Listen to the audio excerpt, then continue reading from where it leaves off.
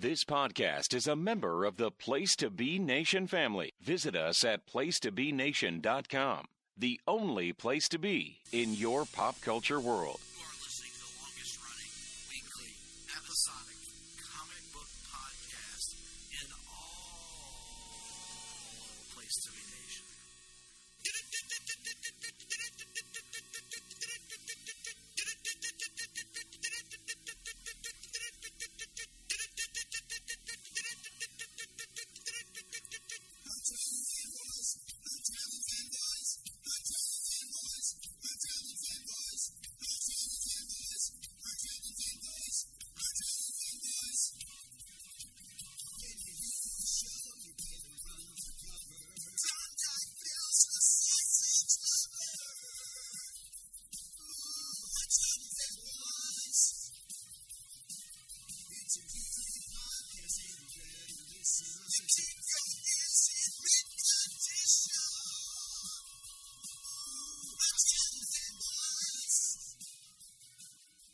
The following podcast is scheduled for one fall. Currently making their way down the aisle, accompanied by their manager, Todd Weber, weighing in at a combined weight of 1,282 pounds, Greg Phillips, Nick Duke, the Hard-Traveling Fanboys. Wow. With an intro like that, ladies and gentlemen, what else can it mean but another edition of the Hard-Traveling Fanboys? I'm Greg Phillips, as mentioned in the intro there. You're who again? Greg Phillips. With me, as always, is Walter Don Nicholas Brandenburg Duke. My God, you got it right for once. Usually you exaggerate it and make shit up to such a degree that it doesn't make any sense. You actually pulled it off that time, so well done, sir. I just gave you a Mick Foley thumbs up that you couldn't see on the thing because we're in an L-shaped studio. Show. Well, and it's an audio show, so right? You know, yeah, we're in Vancouver, BC. It's either cold or warm right now. And, man, what weather? Am I right? I know. What temperatures outside? The fact that it is either raining or not raining at the moment is incredible right now for the time of year that we're in. And we are in the L-shaped studio. We've been working really hard to make this happen for you, ladies and gentlemen, because what we're bringing your way this week is not what we've promised you in the past. No. Yeah, the past 2 weeks, we're not doing that. We're doing it next week. We're doing it next week. Instead, we just encourage you to, much like Jake Roberts told the Ultimate Warrior when he locked him in that chamber, we just want you to trust us. Just trust us, folks. We're going to eventually give you the long book hunters on the long bow hunters. But this week, we want to address the elephant in the room. And that elephant is a segment we like to call... Welcome to the Rundown, where we talk some comic news. Welcome to the Rundown, where we talk about movies too. That's right, folks. We have been, God, what is it, Nick? 3 weeks now with no rundown? Is that correct? Well, if you count the giant size, yeah, that's right. Yeah. So this would be our fourth episode. So we're going to be covering an entire month worth of news and notes from around the comic book world. And let me tell you, tracking this stuff down and keeping it in order for you people, our listeners, is a difficult task. But we do feel the need to chase this down for you. You might say that we're running down a dream. Actually, it wasn't that difficult to chase down because, as a result of that intro you gave us earlier, Greg, that intro actually came with some of those WrestleMania 3 ring carts. So we actually rode those to chase down some of this news. It was pretty nice, actually. They move a lot faster than you would think they did. Yeah, especially after carrying 1,282 pounds. Yeah, we're tipping the scales pretty far this week, folks. But hey, you know what? This show does nothing except boost our self-image, right, Nick? Absolutely. And all that said and done, let's get right to it because we've got a packed show for you with news and notes from around the comic book world. It is, of course, the Rundown, and we are going to be reading some stories that may be a couple weeks old, but they're new to you, the listeners. So, or they're not. Or they're not. Our thoughts are new to you. That's right. And we're going to start on the big screen because right now Spider-Man Homecoming is the number 2 movie in the country right now after being the number 1 movie the week before. So it's still popular, still doing good numbers at the box office. So let's stick with this Marvel Cinematic Universe, shall we, Nick? And let's kick things off with an interview that Mark Ruffalo, who plays Bruce Banner, a.k.a. the Incredible Hulk, in the Marvel Cinematic Universe, recently gave, where he says that I'm going to read the quote to you. This comes courtesy of Newsarama, by the way, as many of our stories do. He says, quote, "I want to just make one thing perfectly clear today. A standalone Hulk movie will never happen.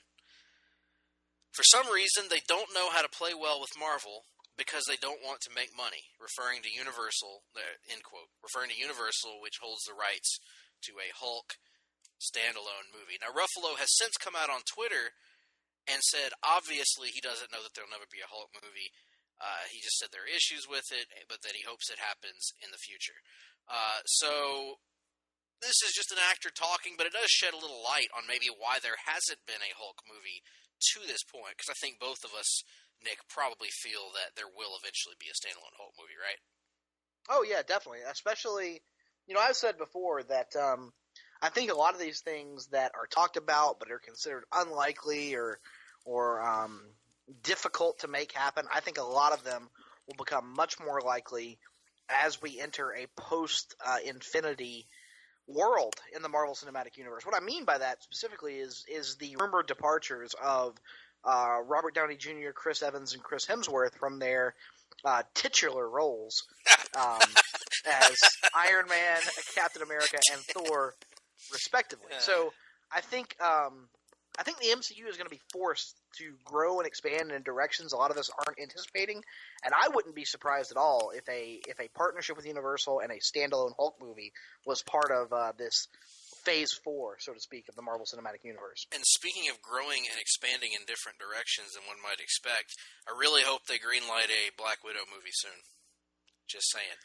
I think it's going to happen, but Marvel has been very intentionally quiet about its Phase 4 plans. The only thing we know for sure is that a Spider-Man Homecoming sequel is coming after Avengers 4, and of course, that nothing is for sure. But the point being, I'm not getting frustrated by any lack of announcements just yet. I think it's all coming, but I think Marvel wants to very clearly keep the focus on these next 2 Avengers movies for now.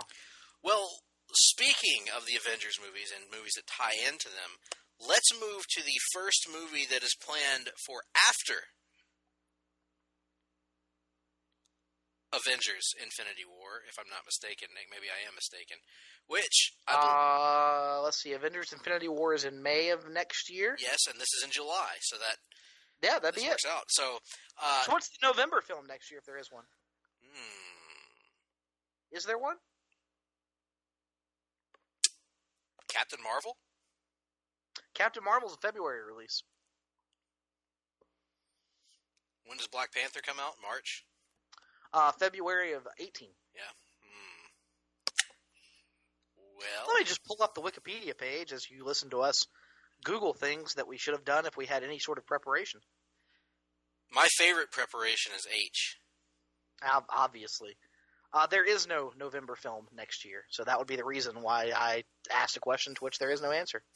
Very good. Well, let's move on from all that, and let's. Anybody remember that rock band Boston? Boston, famous rock band. I don't remember the words to any of their songs right now, so let's move on to Ant-Man and the Wasp. Yes. This is the movie that comes out July 6, 2018, and sorry, go ahead. That movie has.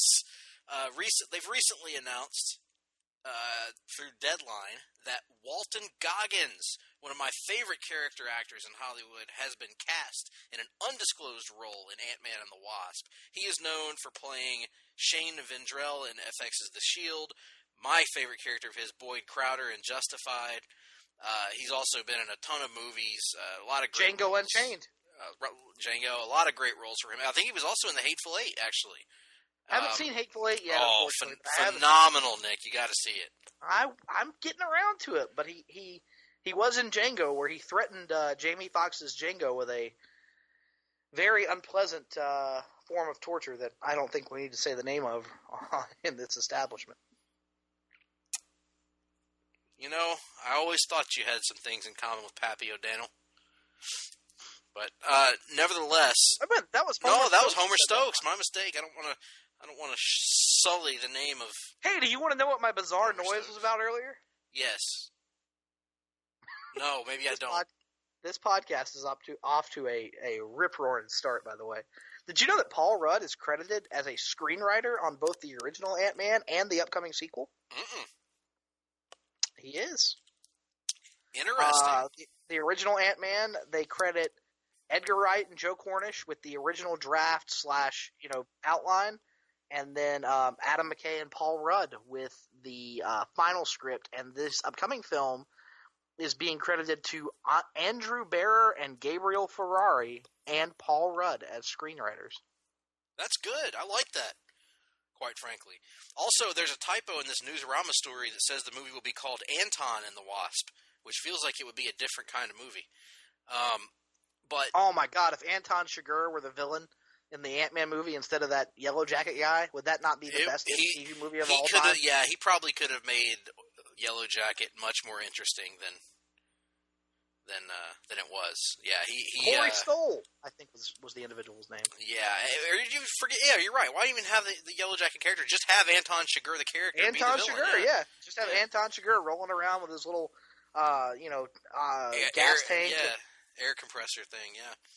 And then Ant-Man can take a trip inside the air compressor to mess things up. What a great villain. In any event, Walton Goggins is most likely going to be playing a villain in this movie. Nick, who is your favorite non-Yellow Jacket Ant-Man villain?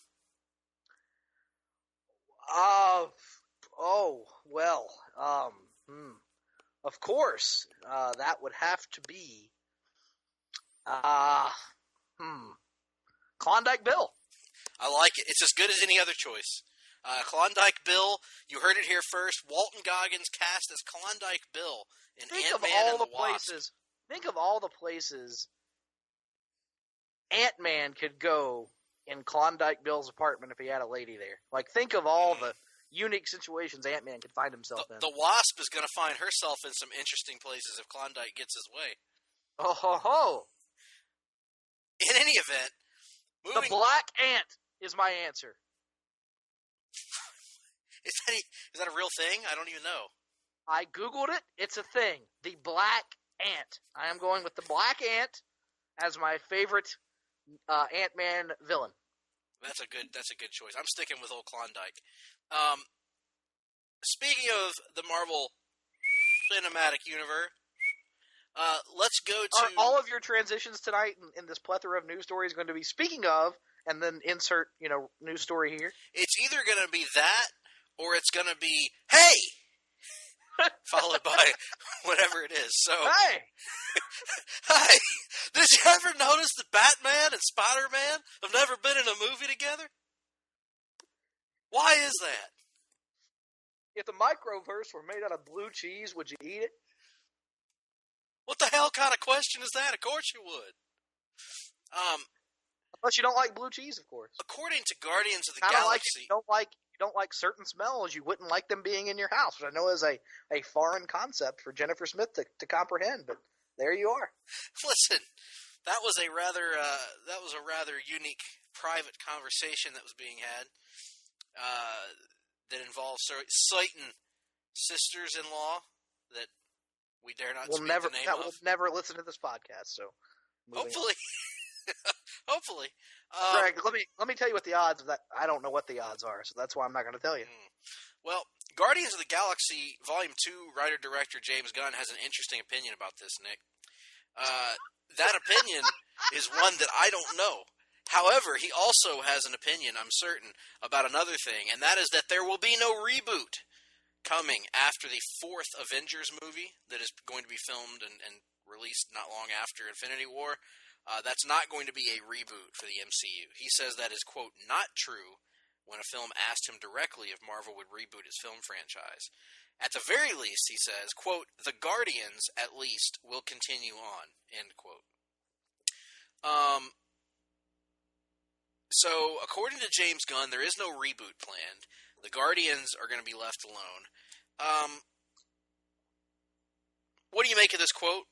Do you think that this means that, we've speculated for several months and even a couple years now that eventually this new generation of heroes that's being established is going to take over for the old Avengers when they age out of their roles, or probably when they just walk away, like Chris Evans is most likely going to do, according to reports. But that's not a reboot. That's a direct continuation. Like right. I think it all depends on your perception of the word reboot. Because when I hear the word reboot, I think of like a resetting of continuity of some sort. Me too. And recastings. Well, not even recasting, so to speak. I mean, if it's the same characters continuing on in the same storyline, to me that's not a reboot. I guess I'm thinking of it strictly in the comic book sense of the word. I think Marvel has done a good job of setting up clear legacy characters for each of these individuals that is probably going to step away at some point. And I think it makes a lot of sense to just continue on, with the MCU continuity for the time being. However, at some point, Greg, I don't think there's any way around it. At some point, they're going to want a Tony Stark in the MCU again. They're going to want a Steve Rogers in the MCU again. And at some point, I think a reboot. Awesome.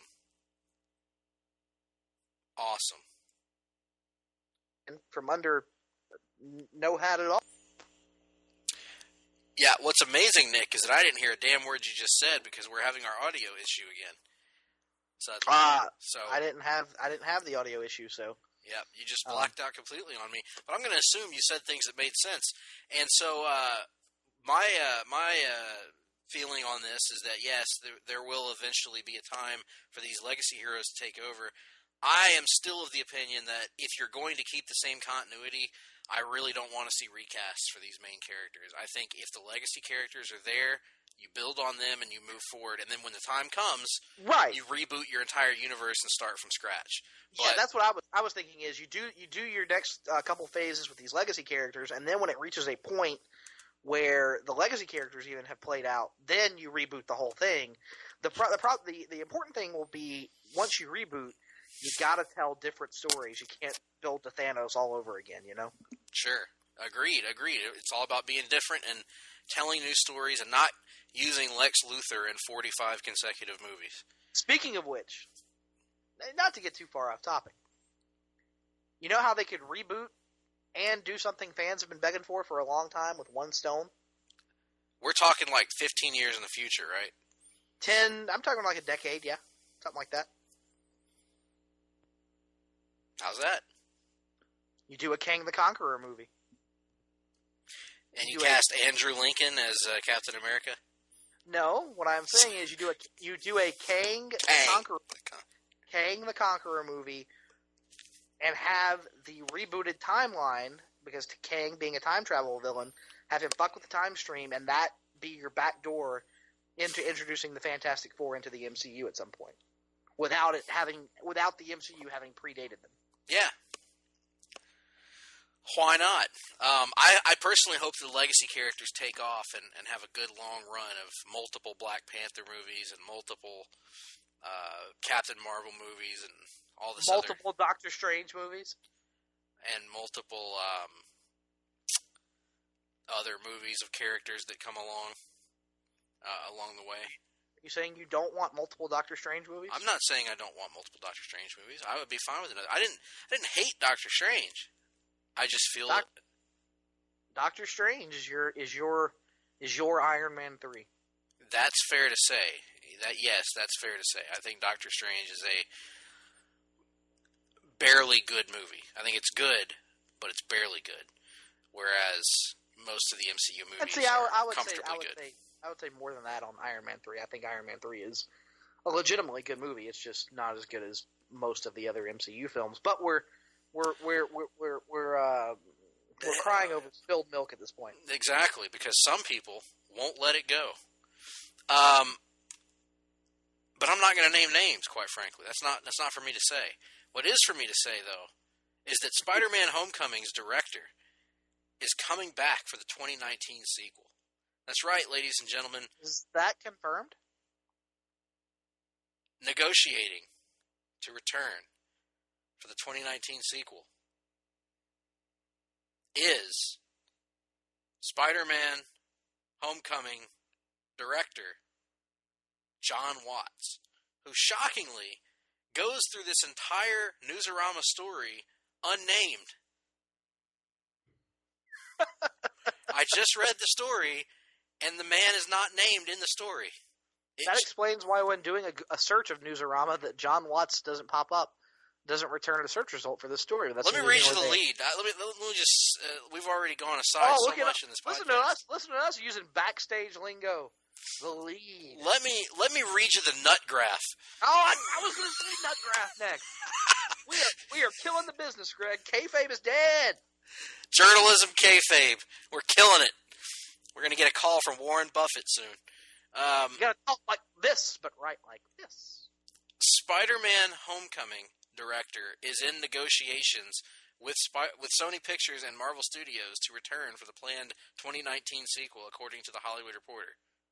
Lead actor Tom Holland has previously said he'd already contracted for 2 additional Spider-Man films, as well as 3 in other MCU movies, such as the upcoming Avengers: Infinity War. Not once is this director named. Incredible. Incredible, Nick. Nevertheless, Homecoming was very good. This director, if he is able to come back, why would you not want him back, right? Yeah, I mean, most of the Marvel directors outside of Kenneth Branagh at this point have all been afforded the opportunity to return for sequels. Joe Johnston as well.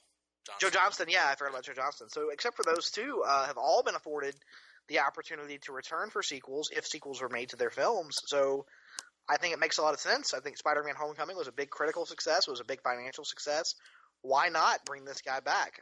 Although, I will say, I don't want him to necessarily have a James Gunn-like death grip on the character. You know, I kind of think as Peter ages, there's an opportunity to have different directors with different visions brought in that can kind of ease that transition. And so I really like the idea of having it sort of being a revolving door of directors at a certain point. But for the next movie, at least, I like John Watts coming back. I like a consistency of tone, if it can be preserved for a while anyway. Maybe you give Watts a trilogy. A consistency of tone for sure. But, I mean, you know, just my memory of it, it's been so damn long at this point. But, you know, I was a different person already by the time I was a senior in high school as opposed to being a sophomore in high school. So, you know, I think there's an opportunity to make a more natural shift in directors at a certain point than there is in some of these other films. Well, I would make the argument that you should at least stay in the family with it and move from John Watts to Bill Watts as the director. Well, then Spider-Man won't be able to come off the top of any buildings.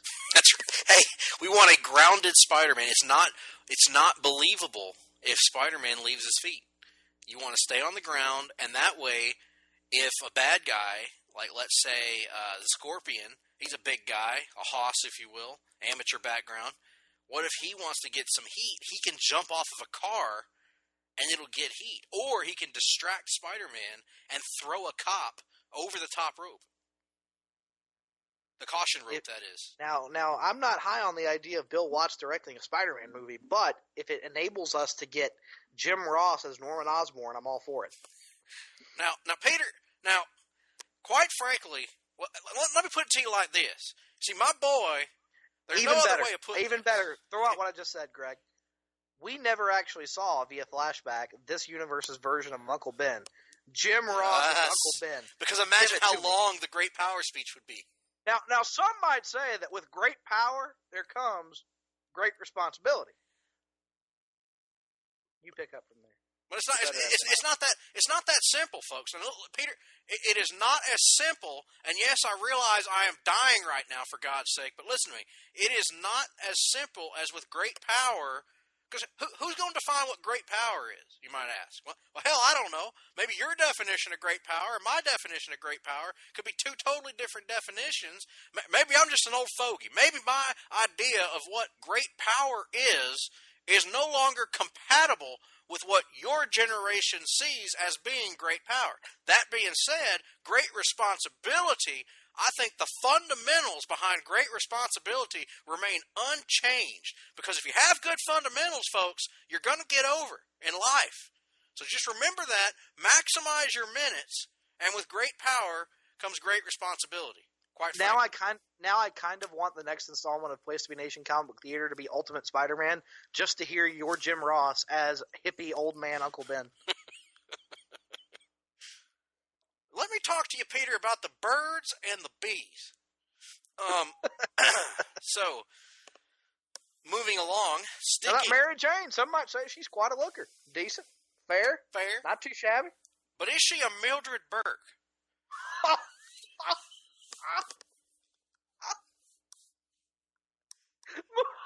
Move along. So, speaking of Spider-Man, and there's that speaking of again, let's move over to Sony Pictures, which is currently profiting a gold mint off of Spider-Man Homecoming. It is, so Sony is profiting off of the hit that is Spider-Man Homecoming. And it's already got them fired up about their slate of original films. And Ruben Fleischer, the recently tapped director of the upcoming Venom film, he gave his views on the film and who the three main characters will be. What he suggests is that there are two separate beings, Tom Hardy's Eddie Brock, and of course the symbiote, and that when they merge, it creates a third being, which is Venom. The famous quote, of course, in the comics, "You're Eddie Brock, I'm the symbiote, together we are Venom."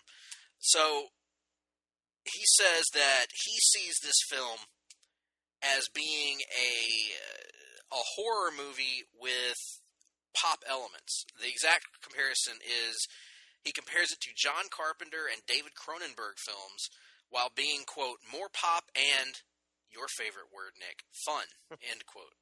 So, it's scheduled to be released October 5th, 2018. I gotta say, everything about this sounds interesting to me. I think horror is a great way to approach Venom. I think there's a way to do this film to make it have horror elements and also to make it a popcorn summer movie, not something that's going to frighten teenagers from going to see it, you know. I think that this is a good move, and I think it, I'm very tentatively excited to see what they have planned for this character. Yeah, I mean, it is it's a interesting series of quotes. I kind of like it, you know. It's one of these things where I think you and I both have been very skeptical about whatever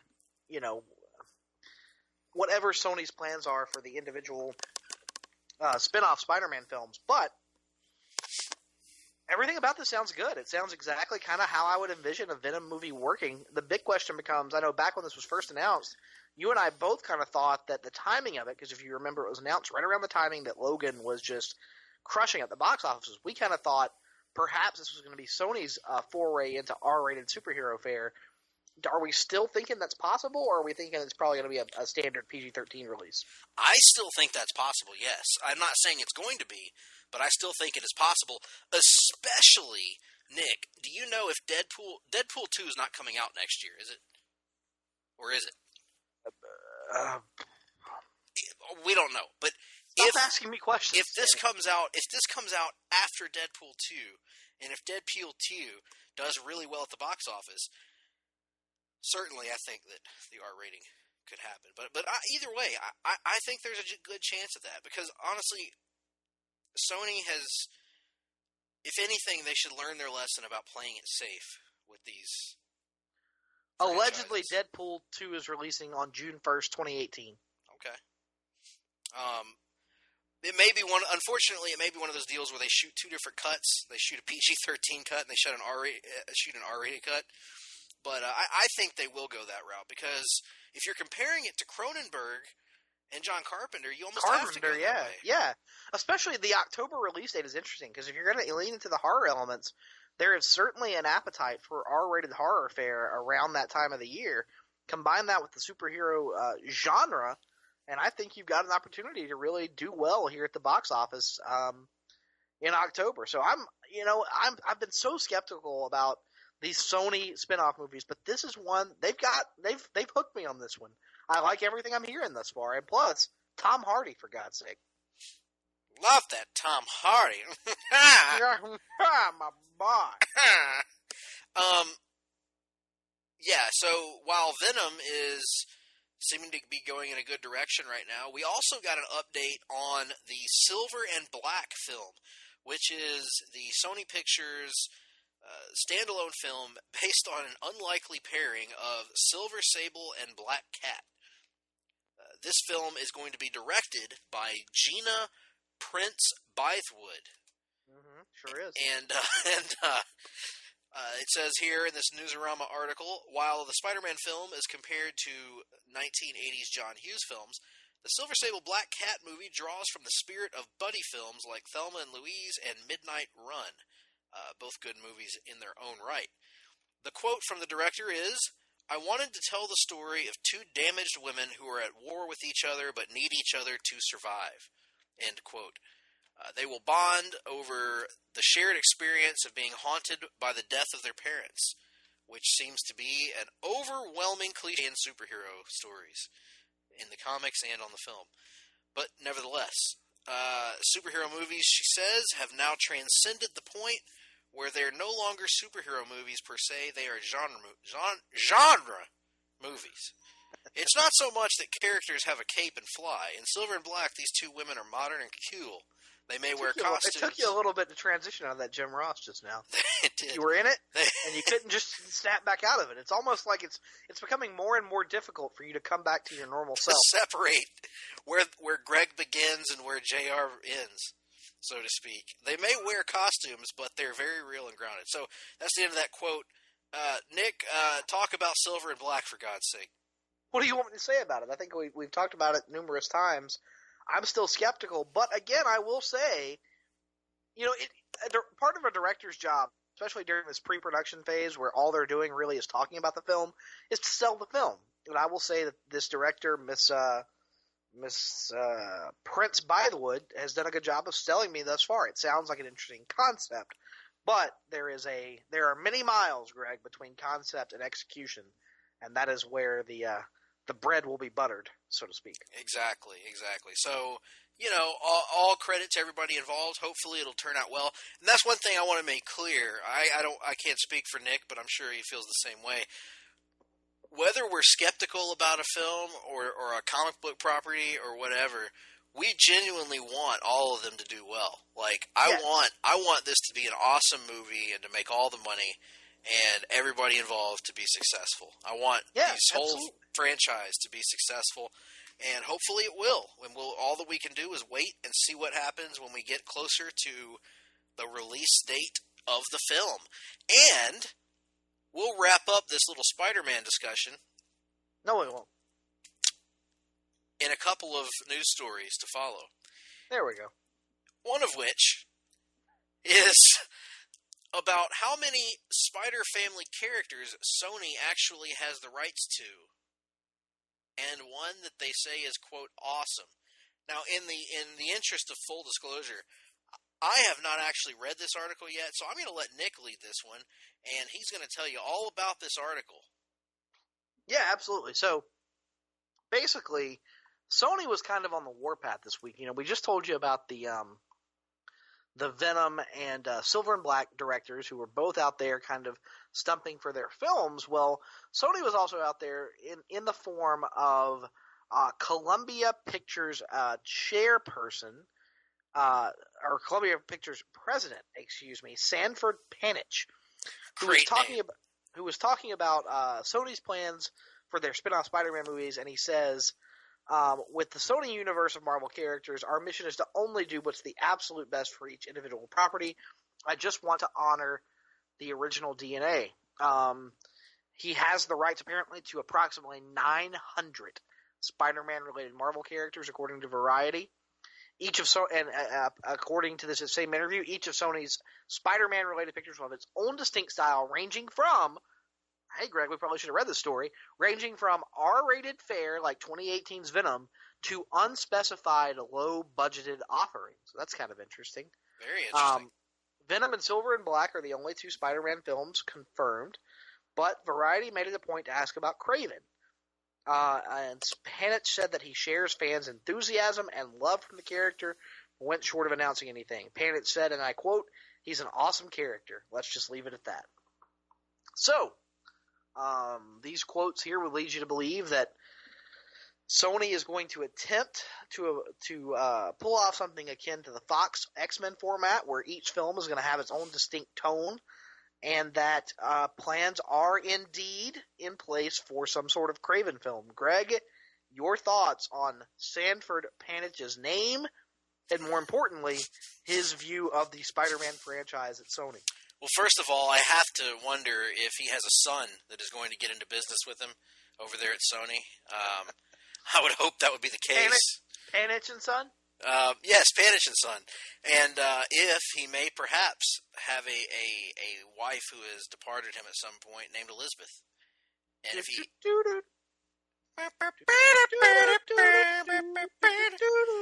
Excellent. Now, what a great theme song. It's an amazing theme song. And in all seriousness, I mean... Simple, but it sells. It takes its time and tells a story. For God's sake. The song picks a body part, your ears, and works it. And works them, for God's sake. Now, Sanford and Son aside, I have to say I'm still skeptical about the Spider-Man standalone universe because I don't think there's... Hear me out, Marvel fans and Spider-Man fans. I don't think there's that many Spider-Man characters that can sustain their own stories independently of Spider-Man. No, I absolutely agree. I think Kraven perhaps. Yes, Kraven, perhaps Venom. Can. Venom can, I think. Kraven perhaps, and we'll see with Silver Sable and does Spider-Woman count as part of this agreement? I mean, we don't know. Without knowing the true list of characters, I really it's can't hard to sit say, here and say, like this one can, this one can't, this one can, this one can't. I'm very intrigued by the low budget offerings he was talking about. I'm very intrigued by that because know what would be amazing, Greg, and it has zero chance of happening. What's that? You want to talk about low budget? What if they did like a journalism movie in the vein of like you were pitching for the Daily Planet? Yeah, like kind of like for Daily Planet, but damn it, I'm blanking on the fucking name of the Daily movie. Bugle. Oh. No, not the newspaper, the movie, Greg, with the Woodward and the Bernstein and the Watergate. All the President's Men, right? What if they did like a Marvel Universe set, All the President's Men, with like Robbie Robertson and somebody who isn't Ben Urich, because apparently Marvel has the rights to Ben Urich back, like set as the main two characters, with J. Jonah Jameson being like easily exploitable and stuff in a low budget drama. How awesome would that be? That would be very, very, very awesome. In fact, but will never happen. No, I know. No. I think that and I'm blanking on the name of this comic, but a few years ago there was a comic, and I believe it was written by Nick Spencer, but I may be wrong. That I can't remember what it was called, but the concept was a bunch of B or C list villains trying to get together as a team, and it's completely inept. The superior foes of Spider-Man. Yes, I think that there is money in that concept as a low budget. Was that written by film. Nick Spencer? I want to say it was. It may not have been, but I feel like it was. Cause I read a few issues of it, and I you want to talk about because I did too, and I liked it as well. But you want to talk about something that is completely tonally different than it was written by Nick Spencer. Yep. My lord! Wow. Yeah, and this featured the new Sinister Six of Boomerang, Beetle, Overdrive, Shocker, and Speed Demon. Yes. So Yes. I really think that there's money in that concept as a low budget offering, as like a comedy, you know, an outlandish comedy. So hey, all for it. Let me give you another little positive a theory that I think will get you excited. What if at some point in a Spider-Man MCU film we get a subplot involving clones, and then the MCU directly is dealing with Peter Parker, but as a result, Sony gets to play with Ben Reilly interacting with all these different villains. Oh, I would love it. I would absolutely love it. As long as he doesn't turn to dust at the end of the story, I would be fine with that. I would be perfectly fine with that. If Ben Reilly is the dust in her hooch, is that incest? You know, I think it depends. I mean, are we going off of what they had told us to that point, which is that Ben was the real Peter, or are we going to the idea that he was the clone? If so, Okay. I don't think a clone can commit incest, even though he had the memories of Peter. The ultimate reveal is that he was the clone. That is where the status quo left us, correct? Yes. That is the canon. So then how can it be incest? Because he shares identical DNA as Peter, does he not? Presumably. So genetically, he is the descendant of Aunt May. They are genetically related. Well, that's a good point. Gosh. Where else can you hear in-depth breakdowns of superhero incest than the Hard-Traveling Fanboys? What if a hero encounters a gender-bent version of himself from an alternate reality and mates with it? You need to read. Okay, let me say this without. Let's remove the mating part. You need to read some more Ultimate Spider-Man. Is all I'll say. So. No, there's no mating. They don't actually mate, but there's a Peter has an attraction, and then it's revealed that wait, that's me, but with a vagina. The ultimate dream. So let's stick with Spider-Man again and move to the original Spider-Man film franchise, Sam Raimi's classic Spider-Man. And folks, this is extremely newsworthy, and it's so newsworthy just because Greg wants to bitch about the Willem Dafoe Green Goblin costume one more time. I do. But I have weird thoughts on it, Nick, as you do as well, I'm sure, based on these videos we watched here. But basically, this website or group called Heat Vision came across videos from around 2000, 2001 from the making of the original Sam Raimi Spider-Man movie. And this is for the creation of the Green Goblin costume. Now, as any of you that have seen I'm pretty sure anybody listening to this has seen the original Spider-Man movie. But in case you haven't, in the original Spider-Man movie, the Green Goblin suit that we end up with is very different from the traditional one in the comics.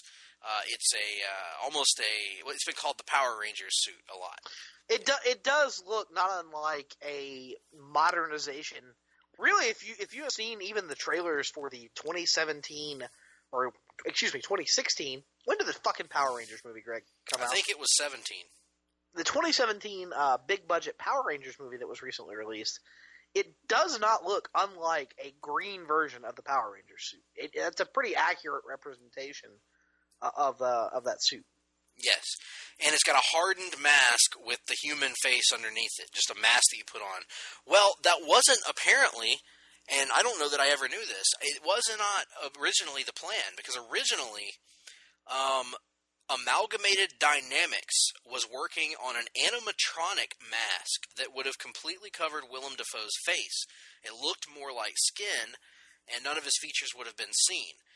The idea was to do appears, based on the videos we watched, to have been some sort of combination of makeup effects and this animatronic exoskeleton of sorts.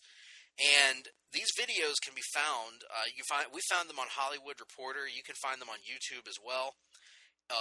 One of them is called Spider-Man Creating Green Goblin Animatronic Makeup. The other one is called Spider-Man Green Goblin animatronic makeup hybrid test ADI. That's a mouthful. But the weird thing about this is when you first see the still image, it's laughable because of the eyes. The eyes on this suit look like oranges, basically, stuffed in. But when you watch the videos, it looks a lot different, wouldn't you say, Nick? Yeah, I was really impressed. For 2000, because you got to think, the film was released in May of 2002. It was originally set for a December 2001 release, but was shifted back 5 months to remove the World Trade Center sequence from the film as a result of the September 11th, 2001 attacks, which means this film probably wrapped principal photography, what, Greg? Let's guess mid-2001, at being generous? At the latest, yeah. Which means that these animatronic tests were probably being performed in late 99, early 2000, somewhere in that time frame. Mm-hmm. I think they are remarkable. It's incredible. Given the technology at the time, and I gotta wonder why they didn't just use them. Now, I understand it. One of the things I brought up with you on the phone, I was like, hey, I don't understand this. So, in the comics, because, me coming from the Ultimate Universe, where the Green Goblin Norman Osborn dynamic was always kind of a Jekyll and Hyde situation where Norman transformed into this hulking monster. And so I kind of asked you, I was like, so in the mainstream comics, is it a transformation he undergoes or is it just a mask? Because if it's just a mask, I don't know how that would have translated to the big screen. So I understand kind of from a story perspective and just trying to logic it out why they didn't go this way, but it looked great. It looked amazing, in my opinion. Yeah, what really gets to me in the videos is how expressive the face is. Like, whether it's sadness, they go through this range of emotions. They make him show anger, sadness, fear. And you know what's incredible is if you really listen to the videos, there are people calling out directions from off camera. And so I wonder if the person underneath the mask is not actually able to control the facial expressions of the mask using their own face. And if that's the case, given how expressive of an actor Willem Dafoe is, man, I got to wonder why they didn't just go with this. Now, granted, it does look like something that would take a lot of time to apply in the makeup chair every day. Yeah, and there's like a harness that it attaches to with the animatronic cables and whatnot. And what I read is that the harness was very bulky and was cumbersome to wear. But man alive, I really, hindsight being 2020, I wish that they could have found a way to make it work. Maybe it wasn't possible to make it work for a full movie, but if they could have found a way to make that less cumbersome. You're suggesting they should have done what now? If they had found a way to make this work, to make the harness less cumbersome. Do what now? One more time. If they had found a way to make it work. And make Are you going to give me fucking anything here, or are we just going to sit here and bitch at each other all night? Less cumbersome.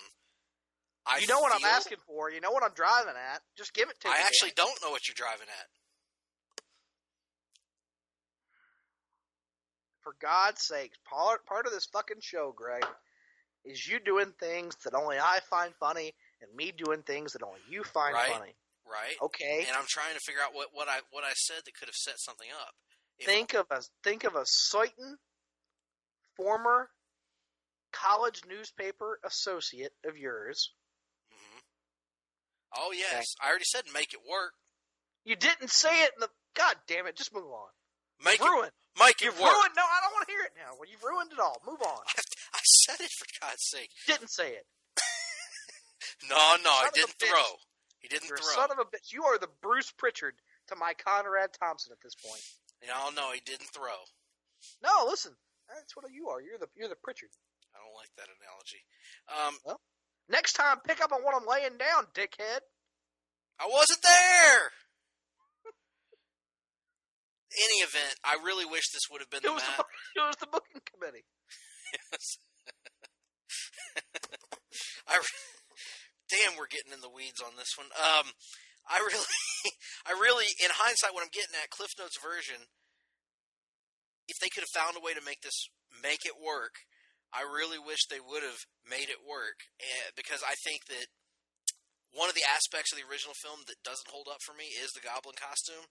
I think while this would have been goofy in its own way, it would have really I think, knocked out some of those Hollywood people are hesitant to do comic book costumes ideas for a while, and it just would have been really badass to see this in action. Because if you watch these videos, folks, it's very impressive what they were able to do with this. Maybe they needed a few more years to get it down, but would have been cool, at the very least, to see maybe when they turned Harry into the Green Goblin. I was about to say that. Or how about even if you decide that the technology isn't quite there or refined enough to do it with the first film, why not bring it back? And that way you have a more visually distinctive take on the Harry Goblin than you do with the Norman Goblin. I like that idea, Greg. Thank you. I appreciate that. Nick, one of many reasons I hope they eventually get to the goblins in the MCU, but I know we disagree on that. Demo Goblin. I'm all for goblins, but I want Hob and Demo. You want Fat Hob is the only reason. I do. I want Ned Leeds to be the Hobgoblin in this universe. I want. You know what? We don't have enough overweight villains. Now, you know what would be kind of awesome? You know what? I'm not even going to lie. If they did do Ned Leeds as the Hobgoblin and his pumpkin bombs were built out of Legos with explosives inside, that would be a pretty... And his goblin glider falls to the ground because of his weight. Can't we all relate to that? Yeah. Now, Nick, I understand that Marvel has unveiled all of the October 2017 There's no Marvel transition Legacy there at all. Solicitations. Well, you made fun of my other transitions, so I'm just giving up. He's giving up. No more transitions. You didn't appreciate it. So, Marvel has, to this point, confirmed that 53 different titles are going to make up the Legacy Initiative starting in this October. Only 29 of those 53 will be debuting in October, with the remaining 24 debuting later in 2017. So, those solicits are out. Obviously, we're not going to go over all the solicits. Greg, have you had a chance to look these over? No. Okay. Have you? Yes. Well, tell me. Tell me about what's going on. What are you looking forward to? What are you dreading? Is Legacy going to live up to the hype? To the hype, probably not. But it's a thing where I find myself being interested in mostly the things that I would typically be interested in. One thing that does have me a little excited is there's a couple of different Alex Ross covers in here. I'll never buy this, but Amazing Spider-Man 789 is going to have an Alex Ross cover. It's being written by Dan Slott, however, so hard pass for me. Mark Bagley is doing the cover for both the art and the cover for the new Venom. Where are they getting Venom number 155? There is no way that there is a Venom series that's 155 issues deep.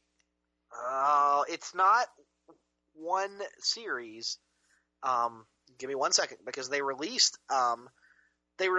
actually math for each of these, where they showed how they got to the 150 to the respective numbers. I'm guessing they're counting one shots, they're counting miniseries, they're counting basically every Venom appearance that was in a book that had Venom somewhere in the title. I'm really trying to find it, Greg, and I don't worry about it. It's no big deal. I don't care that much. All right, I'll give you an example of what they put out. Like for Deadpool, for example, the Despicable Deadpool, which is starting in October, it's going to be the Despicable Deadpool 287. And what they released for each of these titles that is reverting to previous numbering is they did math. So, for example, for Deadpool, which is getting at 287, it says that's adding up Deadpool, the Circle Chase, number 1 through 4, Deadpool from 1994, number 1 through 4, Deadpool 97, 1 through 69, Agent X 1 through 15, Cable Deadpool 1 through 50, Deadpool 1 through 63, Deadpool 1 through 45, and Deadpool 1 through 36. So it's not picking up directly where any of these left off. It is adding various series together to get you to the true number. Gotcha. Allegedly. Oh, true. Yes, okay. But I digress. Mark Bagley on art for Venom has me a little excited because you know how much I love Bagley drawing the spider characters. Jessica Jones, I am both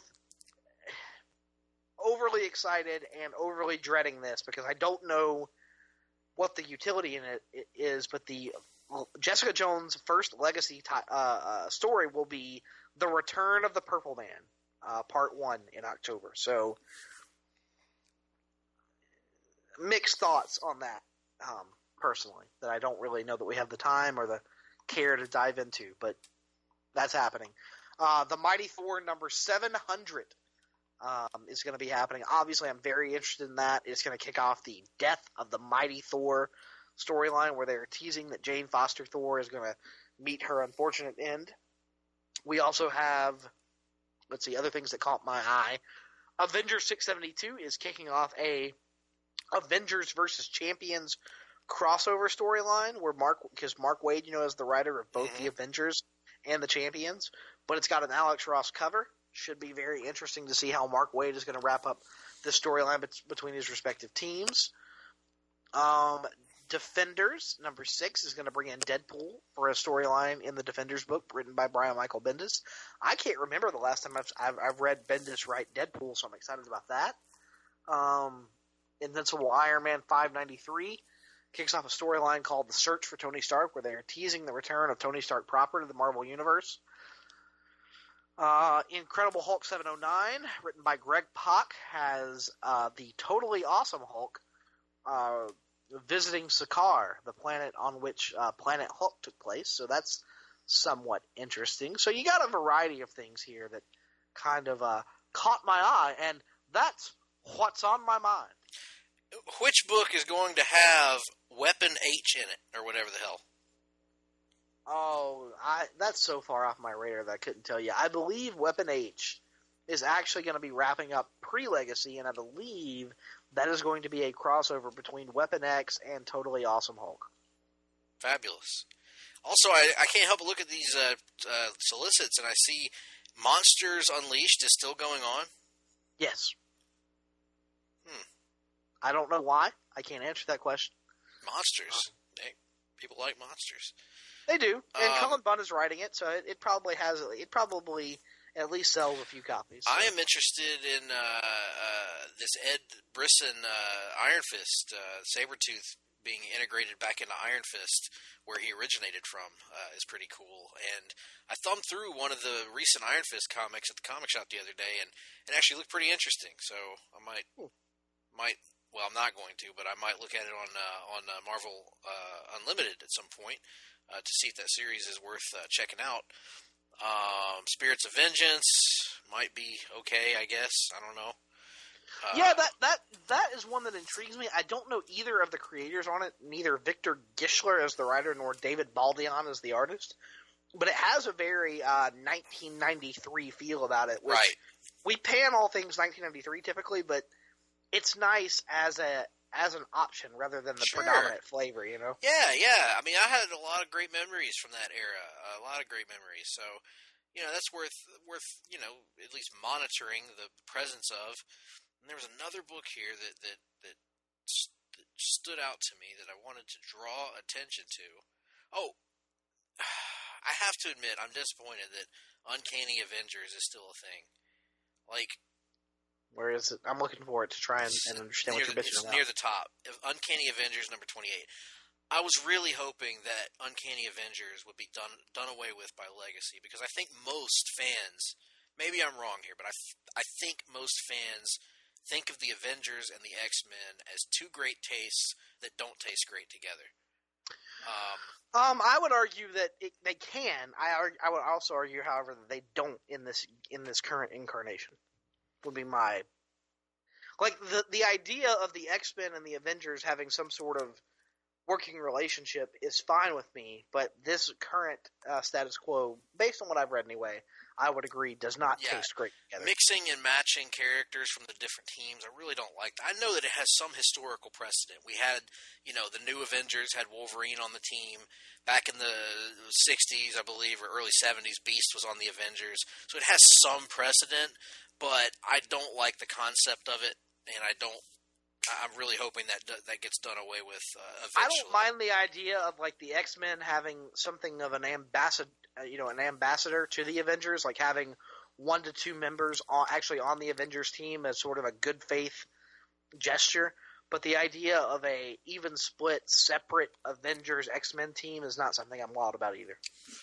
And the other thing that just kind of scrolling through these, Nick, I can't help but notice that a lot of this doesn't look much different from what we've got on our current Marvel plate. Well, right, because the important thing to remember is these are 29 titles. There are 24 more to be added later. The main thing here is that these are almost all of these are current titles that are having their numbers updated. The majority of the new series launching out of Legacy will be solicited in November, December, and the coming months. It's going to be something of a slow rollout, much the way Rebirth was. You know, how Rebirth started with just, was it 12 to 16 titles, I think, that first month, and they slowly phased them in for the next 4. That's kind of what they're going for here. I don't think this will be nearly as successful as Rebirth. I don't think they will be nearly as all-in on this idea as Rebirth was. But at the same time, I'm willing to give it at least a shot. You know, I hate the Dan Slott Spider-Man, but at least it's a step in the right direction with Parker Industries apparently going the way of all things. Boy, they're trying to hook me in X-Men Blue and Gold with this Mojo World crossover. This image is awesome. You've got Apocalypse in his classic Apocalypse costume.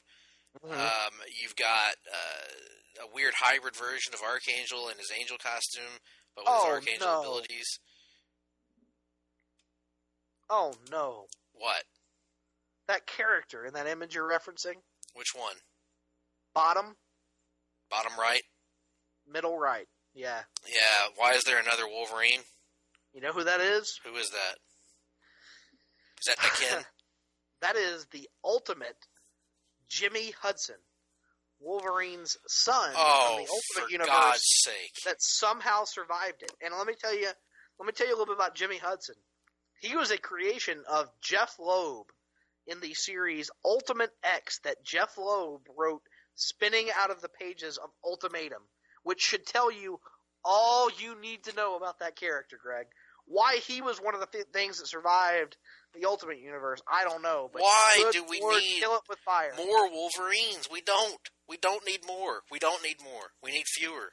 Or the exact amount. Let me tell you something. In the Ultimate Universe, there was no Wolverine at that time, and we didn't need that one. So that's all I'm saying.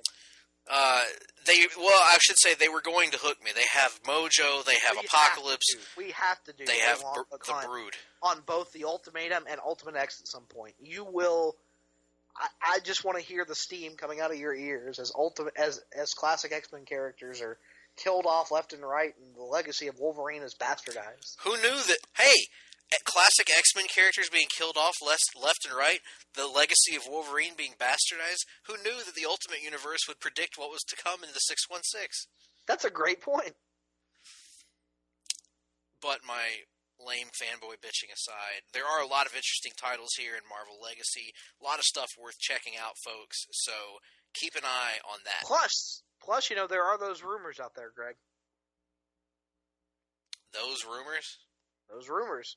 2 rumors in particular. Is one of them about Klondike Bill getting his own line of comics? No, one of them is that this Avengers Champions crossover that is being written by Mark Waid is going to end with Mark Waid taking over the Champions title solo full-time, giving up his writing duties on Avengers. And the rumor and innuendo, Greg, would have you believe... Rumor and innuendo. That the 2018 version of the Avengers will be seeing Jason Aaron and Asad Ribic taking over Marvel's flagship title. The rumor and innuendo would also have you believe that at the conclusion of the Fall of Parker Industries storyline in Amazing Spider-Man, and this is a rumor that I don't even dare give it utterance for fear of jinxing it, but rumor and innuendo would have you believe that Dan Slott's time as the lead writer of Amazing Spider-Man is nearing its end, and potentially Marvel is going to be giving Amazing Spider-Man to Nick Spencer. Now, while that would please you very much, Nick, very much, how would the Twitterverse react? I don't know, because you got to. I mean, would they be taking symbols out of his name and replacing them with letters again, or would they be adding more symbols in? We'll have to just wait and see, won't we? I have already pledged to buy 5 copies whenever Dan Slott leaves the title. By that point, he may just be. That may be the I don't only. care. An Amazing Spider-Man title without Dan Slott is 5 copies for the number 1. I am sticking to that promise. Let's stay on the printed page though, because Marvel's got a lot of interesting things going on right now, and who knows how it's going to turn out. DC's got a couple interesting things going on too, and we don't really know how this is going to turn out. But for those of you that aren't aware, DC Comics has a line of original graphic novels called the Earth One line. And the premise is that these are not traditional comic books. These are, as you would understand by the title, original graphic novels. These are full-length graphic novels that tell one story. They don't have chapters. They don't have breaks.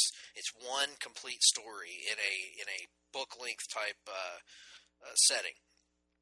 And these are retellings of classics, not really retellings, reimaginings of classic DC characters. Marvel has done this in the past with several characters. The Earth One line consists of such titles as Superman Earth One, Batman Earth One, there's a Teen Titans Earth One, and there's a Wonder Woman Earth One. Right. Teen Titans, I believe Teen Titans is up to volume 2 already. Yep. Superman is up to 3 volumes already. Yep. Batman has had 2 volumes published, with Jeff Johns confirming that a 3rd volume is well into production. And Wonder Woman, I think, is still stuck at that first volume. So they've released, almost 10 graphic novels in this line at this point. So, and we have liked all the ones yeah, we've read to this point. Now, granted, I haven't read any of the Teen Titans one. I haven't read any of the one. I didn't read the Wonder Woman one.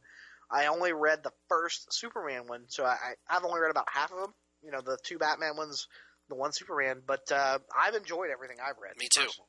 We've been very, very big fans of the stories, especially the Batman Earth one, which is incredible. And even more than the stories, just the format. idea, the concept, the format. Yes. Yep. This is on the format sheet, folks. And I know you were going to say that, Greg. That's because we know each other too well. We are the I am the Jake to your Fat Man, or vice versa. Or the Fat Man to your Jake. I forget which. Yes.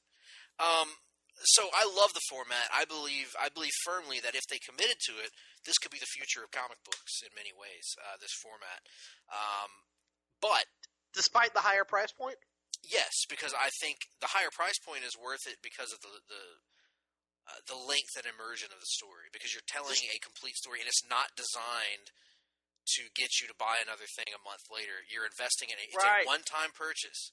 But you don't think that something will be lost in that, in terms of, you come in today and there's no reason for you to come back for another 6 months? Well, it's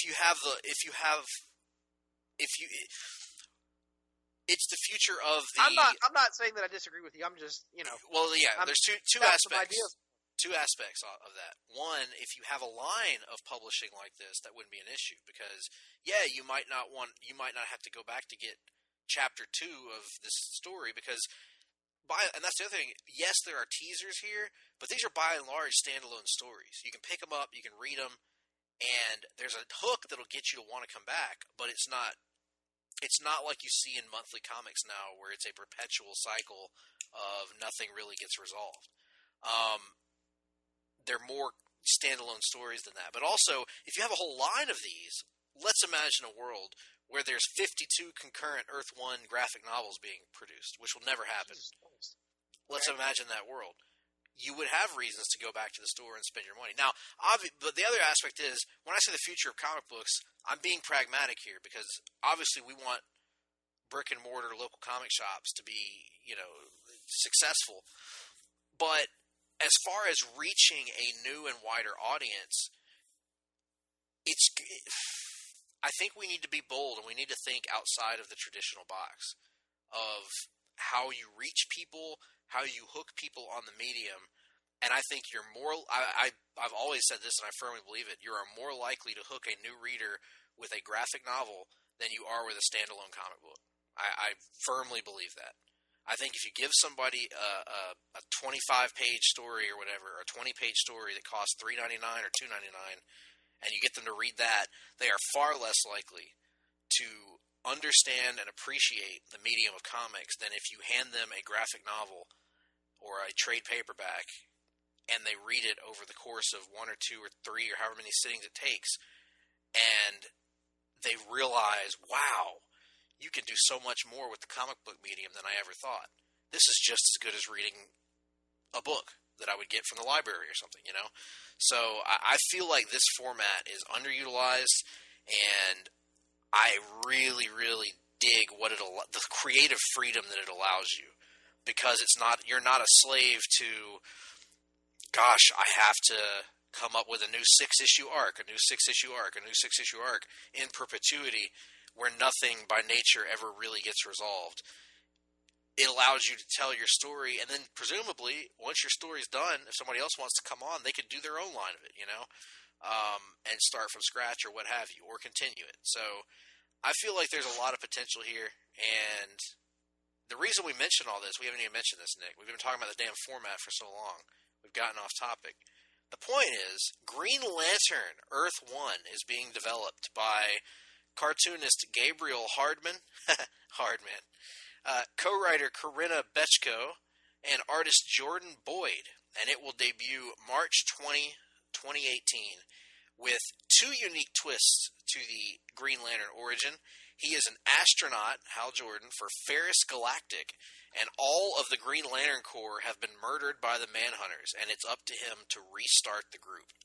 Now, here's what really sells me on having to get this book. The cover? The cover is amazing. The cover is absolutely amazing, but the quote from Hardman, he says, approaching this as an Earth 1 story gives us the opportunity to go back to the core concept of Green Lantern and interpret it through the lens of a modern, grounded sci-fi story while still being true to the Silver Age roots of Hal Jordan. Having storyboarded Interstellar, this is an approach I'm comfortable with and have wanted to explore in comics.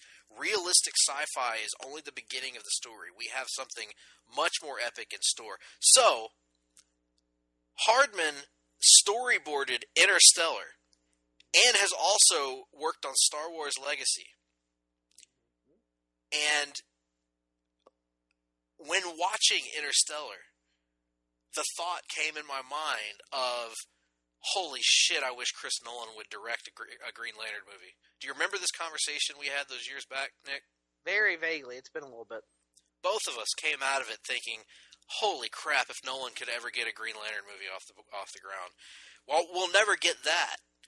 But this feels like, if it's in that tone, if it's in that style, this could be right up my alley, Nick. Yeah. I'm very excited by everything I see and hear here. The only real concern, I think you would agree, Greg, is while Hardman has worked on Star Wars Legacy and a creator-owned title, his experience in the comics medium is very limited, and I think that would be the only bit of this that would concern me. But honestly, that concern is very minimal. I love the concept they're going off of. I love the one image we have. I'm down for this. Consider me a day one purchase. Yep. And let me tell you, if they deliver on this premise, there's no chance of me becoming a softman. I can tell you that. My God. But from projects that excite me to projects that to projects that do nothing for me, or very little anyway. I just love that Dom DeLuise. My boy, that Connie, just delightful. Oh my God! He looks like the guy that plays Cannon.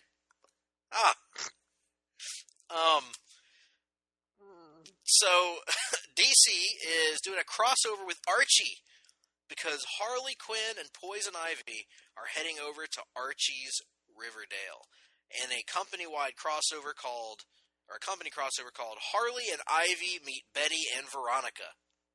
It's a 6-issue miniseries co-published by DC and Archie Comics. Harley Quinn co-creator Paul Dini will be co-writing this with Mark Andreyko, with Laura Braga providing art. Now, Nick, as a noted anti-Archite... No, that's not true. It's not true. As a noted anti-Archite, what are your thoughts on this crossover?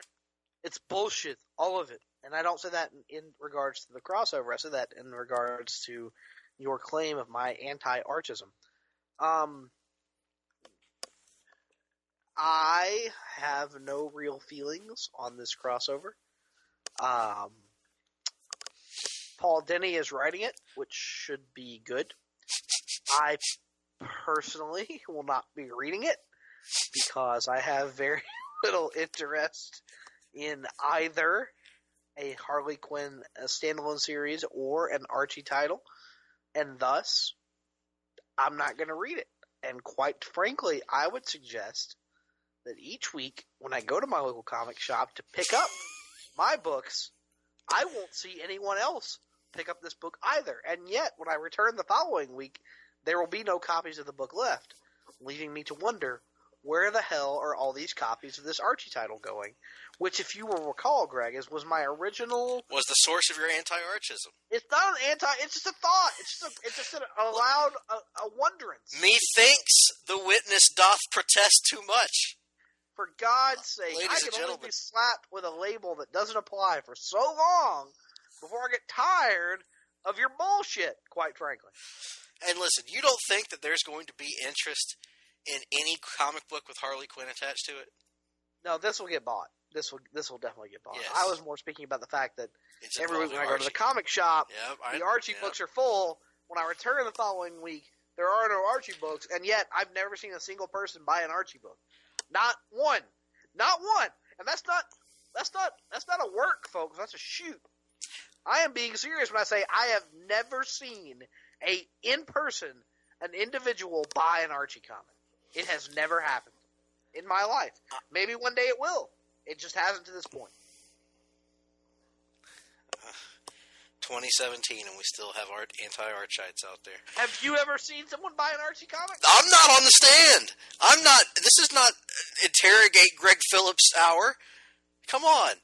I will say about this that I can think of a lot of other characters I'd rather see Harley cross over with, particularly on the big screen and in an R-rated film.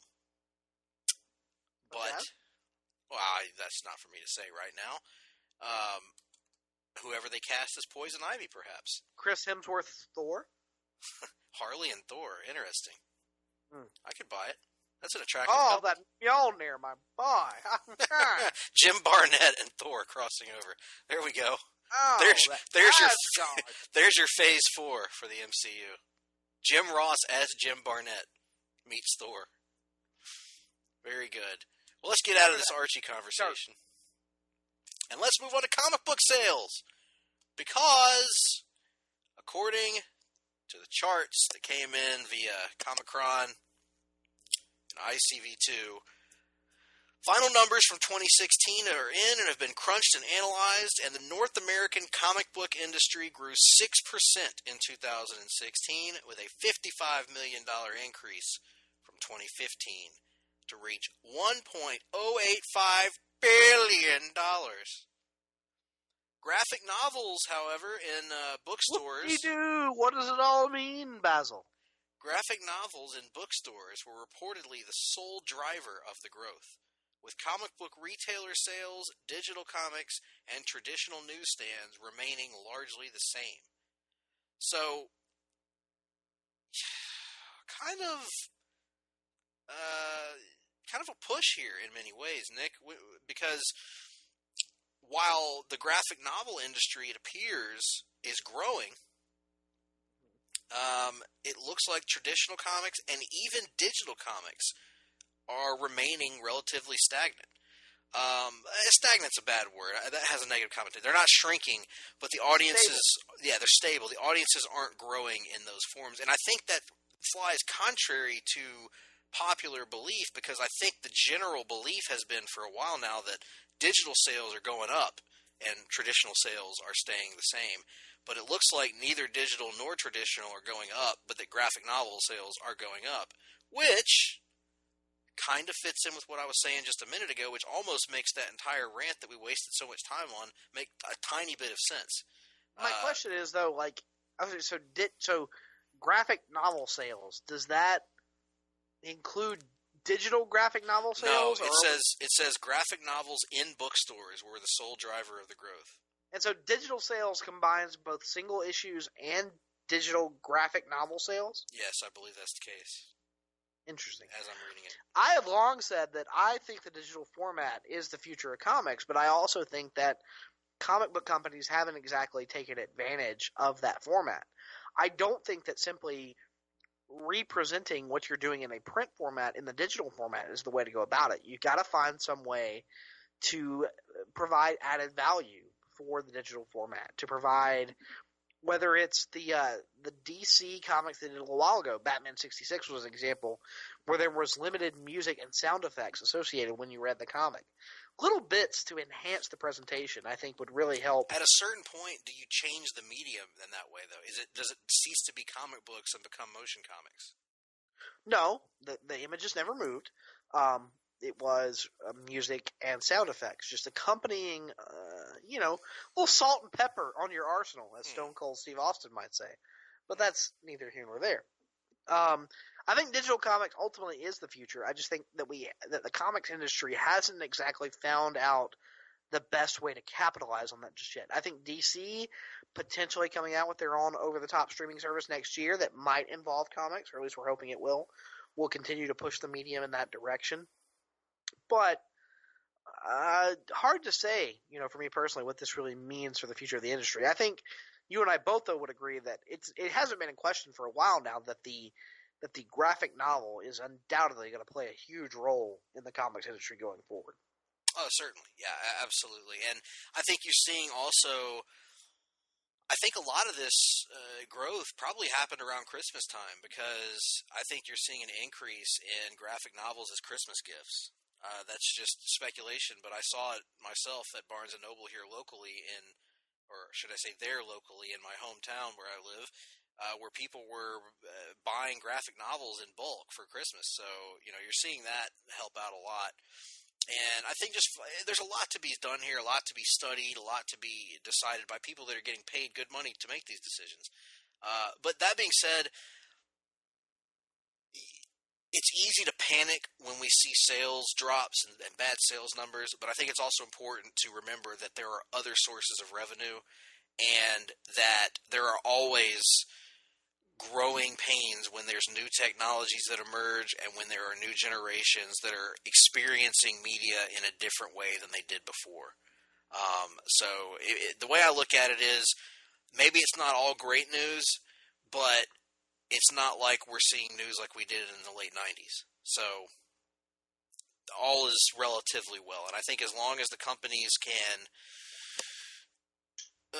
maybe get a better manage on manipulating the audience a little bit less than they do at times, then they can maintain this level and even grow it a little bit. So we'll see how the future initiatives go for both respective companies. And from there, from the printed comic, let's move on to an interactive comic of sorts, Nick. And that is the wonderful work being put out by Telltale Games, based on a variety of comic book properties. But Telltale has announced new seasons of Batman, The Walking Dead, and The Wolf Among Us, which is based on the Fables universe. Fables, exactly, yes. So, wow, I had not seen this image of the Riddler yet. Of the Riddler himself? Yes, there's an image of the Riddler on this article on The Verge. I had not seen it. I want to see. Oh, and the hood. Yeah, that's awesome. I like that look. I dig it. He almost looks a little bit like Arrow. Stephen Amell, yeah. So, Telltale is bringing back 3 of its best series, and the first one we're going to talk about is Batman. The first episode of a planned 5-part season 2 will debut on August 8th. The first season just finished in December. This is a quick turnaround for Telltale on this, Nick. Uncharacteristically so, and I can't believe they kept it quiet for this long, but I have to say, I am fucking pumped, man. I'm all for it. I am caught up on the Batman Telltale series, and I am looking forward to season 2 debuting. Which Batman series are you caught up on? Telltale. Which company makes that? Telltale. Gotcha. Which game studio is responsible for developing Telltale. these? Excellent. I love it. Thank you. Yeah, I'm pumped for this too, man. In the latest chapter, both Bruce Wayne and Batman will be forced into precarious new roles. The Riddler has returned to terrorize Gotham City, but his gruesome puzzles merely foreshadow an even greater crisis. So I'm not going to get into all the rest of it there, but very interesting teaser trailer. If you can go check out on YouTube right now. Very excited for that. Heavily featuring the Joker, though, that I know you probably have some mixed feelings about. And you too. You were not very high on him either. I think the difference between us, if I may say so myself, is that you are down on the general idea of the Joker at this point in adapted media, whereas I am down on this particular incarnation of the Joker. Yeah, I think I'm closer to you than you would characterize me as. You have numerous times, even to go back to last week's episode when we were discussing the Osborns in a potential MCU involvement. You are just over certain characters, whereas I am of the persuasion that I don't feel like, with these people who are taking on these properties for the first time, it's unfair to say you can play with every toy in the toy box except for that one. I don't think that's unfair. I think that's dealing with it. I think that's been the case for creators in the history of comics that have had to inherit runs that have had characters taken off the table. Imagine being a Green Lantern writer like Judd Winnick, who took over for Ron Mars and was told, you don't get Hal Jordan, you don't get freaking Tomar Ray, you don't get Kilowog, you don't get Guy Gardner, you get Kyle Rayner, that's it. And you had to deal with it. And he did his best to make good comics. That's operating off a continuity that has already been established, whereas instances such as the Telltale Batman and the Homecoming MCU universe, they're clean slates for the most part. And I'm saying there's apples and oranges there. There is saturation among certain characters. There are certain characters who you have told. But with new creators, I don't think that any creator should ever be denied the opportunity to put their own new spin on characters. Nobody is saying you can't, but don't make that your go-to. Don't make that the default. Not every Batman game. We got Arkham, and we got four Arkham games with the Joker as either the or a main character in the game. And I'm sorry, Nick. I know you'll disagree with me. You have yet to play Arkham Knight, and so I am going to disregard that comment until you do so. I know the Joker plays a major role in the game. Again, you have yet to play Arkham Knight. I am going to disregard your comment until you do so. I can tell you, playing Arkham Origins, I did not need the Joker subplot in that. Don't think it added anything. Once more, I am going to disregard your comment until you actually play it. It would be unique if someone were to hand you in a silver duffel bag a PlayStation 4 for an extended period of time and say, "Hey, Greg, why don't you play Arkham Knight?" And then you say, "Yeah, I'll do that," and then you never do it. That would be something if that were to happen. But nevertheless, Nick, no, I am not opposed to utilizing the Joker in certain contexts. I am opposed if the Joker becomes the primary antagonist right out of the gates.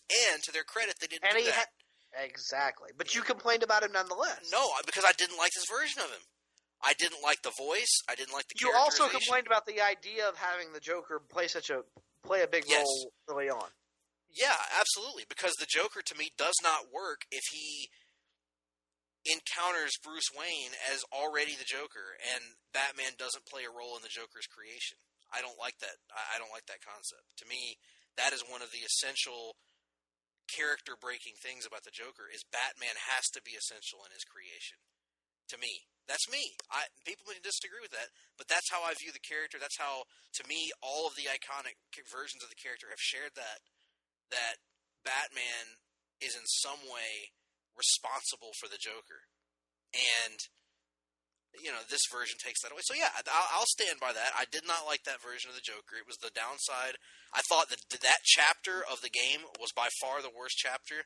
I think that was chapter 4. maybe 3, I can't remember. But I thought that was by far the worst chapter. I believe it was 4, but I could be mistaken. I think that was by far the worst chapter, and I think the voice work for him was underwhelming compared to other voiced versions of the Joker. And this is coming from somebody, Nick, you can't paint me as an anti-Jokerite. The Joker is not only my favorite Batman villain, but the best Batman villain. I can acknowledge that, unlike other people. I can acknowledge that the Joker is objectively the best Batman villain. But you also don't see me complaining about the Joker being included every time someone wants to do a take on Batman. Because I disagree with you, Nick. Because I believe in characters oversaturation. Because I just watched it with the damn Superman movies. Because for a while, every Superman writer wanted to do a Lex Luthor story. And it was boring as shit. There, I would argue that as, when these creators come on board, you can't hand them the keys to the kingdom and say, don't go in certain rooms. I think part of the thrill of these adaptations is seeing somebody tell the same story over and over again. What? Part of the thrill in the adaptations is seeing someone tell the exact same story over and over again. No, part of the thrill is seeing someone bring their own unique spin and take on it, Greg. You are implying that everybody who does a Joker story is telling the same Joker story. In many cases, they do. And that's a problem. But that is not to say that, we should stop the Telltale people from doing a Joker story just because other people have done similar Joker stories, and we're afraid you're going to. You know what? You're right, Nick. We shouldn't even comment on anything that is being done because it should be their right to just do it. We shouldn't even comment. We shouldn't even have an opinion about it, Nick. You're right. Let's just not have opinions about things, folks. All right, Conrad. But no, in all seriousness, I love the Telltale Batman game. I am hesitant about the Joker's involvement, but we'll see how that turns out. And hopefully the portrayal amps up a little bit in this season, from my standpoint. We're also getting the 4th and final season of the critically acclaimed Walking Dead Telltale series. It will debut sometime next year. And this will be the final chapter that will once again put you in the role of Clementine as she makes her way through The Walking Dead. Nick, are you as concerned as I am about what the end of the Walking Dead series most likely means for our lead character?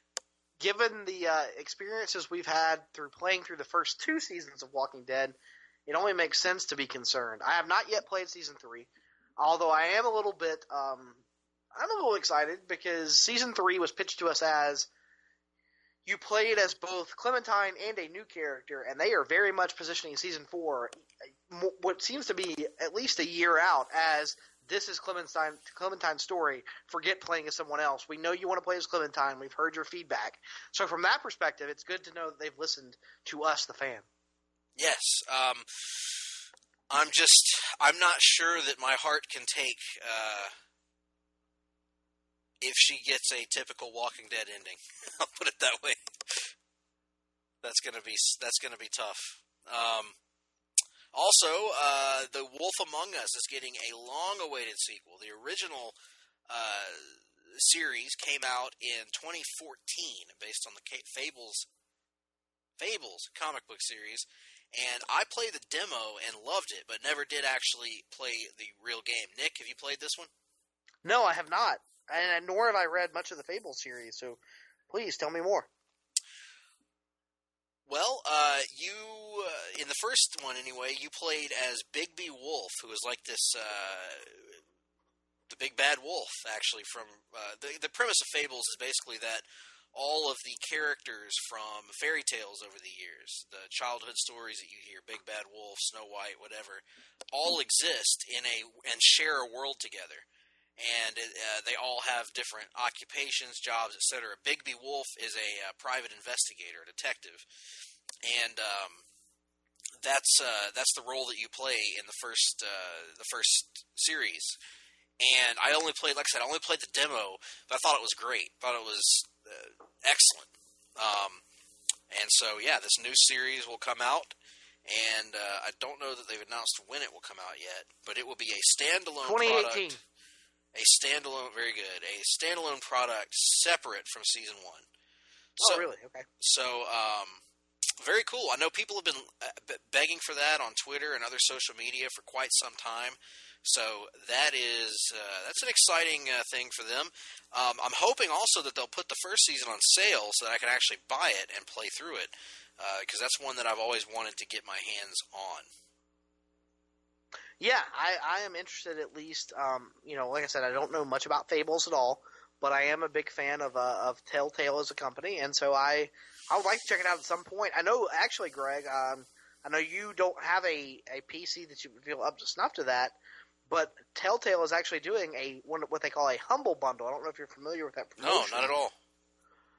Basically, the way it works is Telltale has put up for charity like 9 separate games that are immediately available to anyone who makes a $1 or more donation to said charity. I forget what the charity is. And then there are staggered levels. And basically, if you donate $15, you get every Telltale game made up through The Walking Dead Season 3. You don't get Season 3 of The Walking Dead, but they include a 50% off discount for that game if you want to buy it on top of that. So you get Batman, you get Walking Dead Seasons 1 and 2, you get Fables, you get Game of Thrones, you get Back to the Future, you get Sam and Max, you get pretty much everything the company has ever made. Jurassic Park, which is not good, by the way.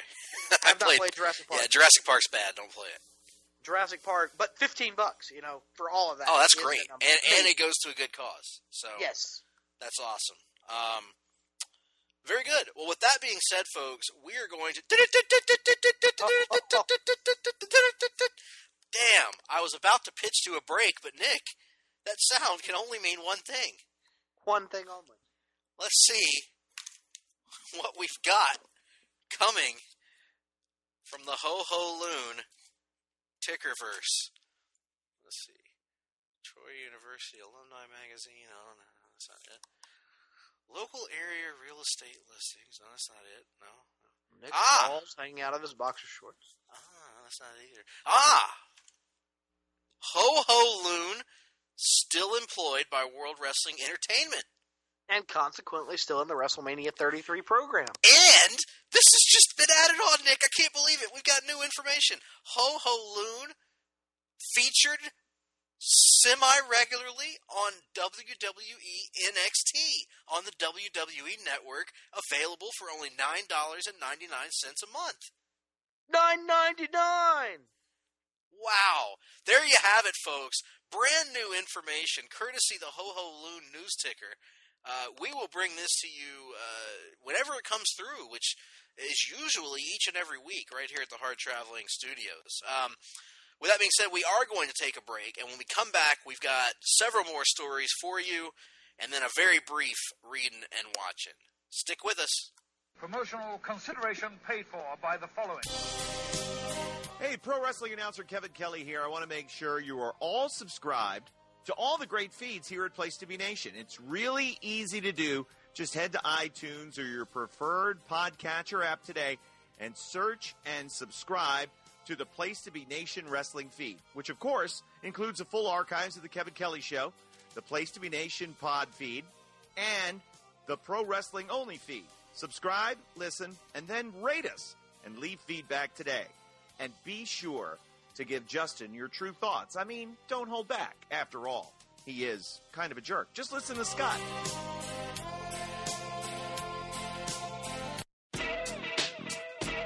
Place to Be Nation's JT Rosero and Chad Campbell here. We want to let you know that we have a ton of great podcasts available to you on iTunes, Stitcher, Google Play, and PlaceToBeNation.com, and we offer those to you on 3 great feeds. On the Place to Be Nation wrestling feed, we bring you the Mothership, the original Place to Be podcast, as well as Main Event, Lucha Afterground, and our monthly pay-per-view reaction shows, as well as the Our Vantage Point podcast and Jeff Learns Wrestling. In addition to these full-length shows, we also deliver quick-hit pod blasts on topics old and new. Over on the Pro Wrestling Only feed, we dive deep inside the wrestling business with a stacked army of experts leading the way. The feed features potpourri shows such as This Week in Wrestling, Greetings from Allentown, Psychology is Dead, Puro Potpourri, Stacy and Elliot's Bogus Journey, and the Military Industrial Suplex. We also have shows that focus intently on certain topics like Letters from Center Stage, Space City, and NWA Classics On Demand Adventure Through the Years, Strong Style History, Strong Style Story, and Mount Olympus. Plus, the feed has the full archives of legendary shows like Titans of Wrestling, Where the Big Boys Play, Letters from Kayfabe, and much more. And on our popular Place to Be Nation Pop podcast feed, we offer such great shows as the Glenn Butler Podcast Hour Spectacular, Rank and File, PTBN Dadcast, Go Home in a Box, NBA Team, and Lucha Undead, as well as a veritable podcast heaven for comics fans with the Hard-Traveling Fanboys, Sellers Points, Todd Weber's Conversation, Geek and Sassy, and Imaginary Stories podcasts. You can find all of these current shows plus archives of our past podcasts, including The Kevin Kelly Show, as well by subscribing to all of our feeds on iTunes, and while there, be sure to rate and leave feedback as well. All of these shows, plus others, available on PlacementNation.com, where we cover pro wrestling, sports, movies, comics, plus in-depth stretch projects and more. Be sure to support our site by using PlacementNation.com/Amazon when shopping online, and download our free PTB Vintage Vault Refresh ebooks via the links on our site. We also want to thank our friends at Bonehead's Wing Bar in West Warwick, Rhode Island, and Fall River, Massachusetts, TheHistoryOfWrestling.com, and Scott Keats' blog of Doom. Be sure to follow us on Facebook, Twitter, Instagram, and Tumblr as well. PlacementNation.com, the only place to be in your pop culture world.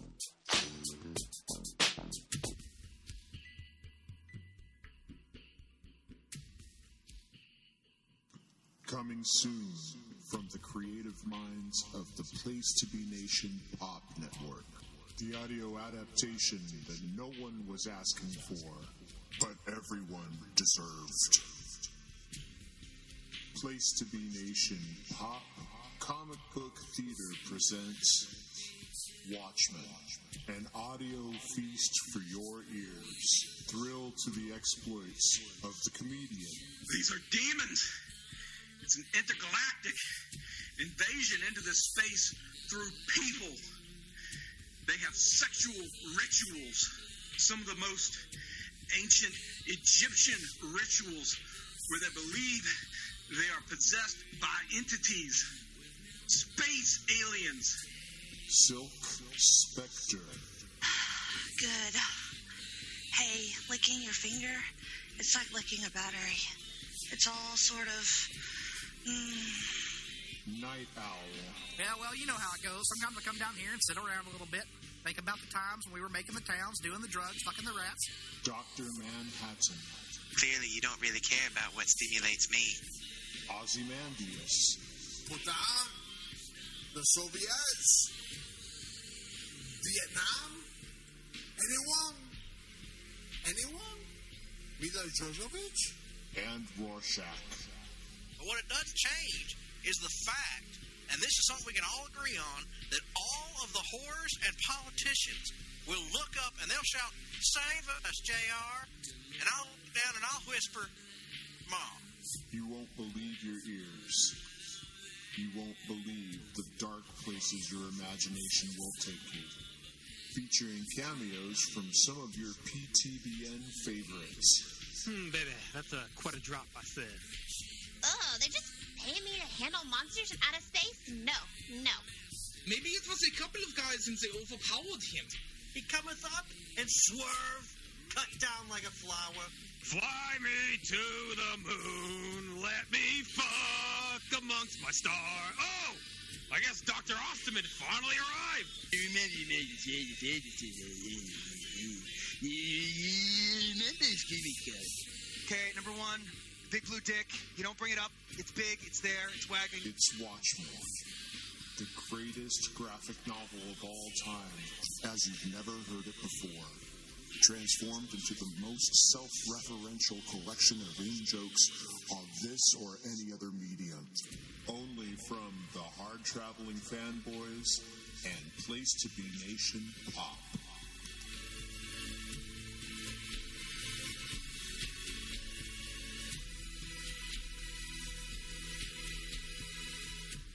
We are back from the break, ladies and gentlemen, and I am ready for the rundown to continue. Nick, are you ready for the backstretch here?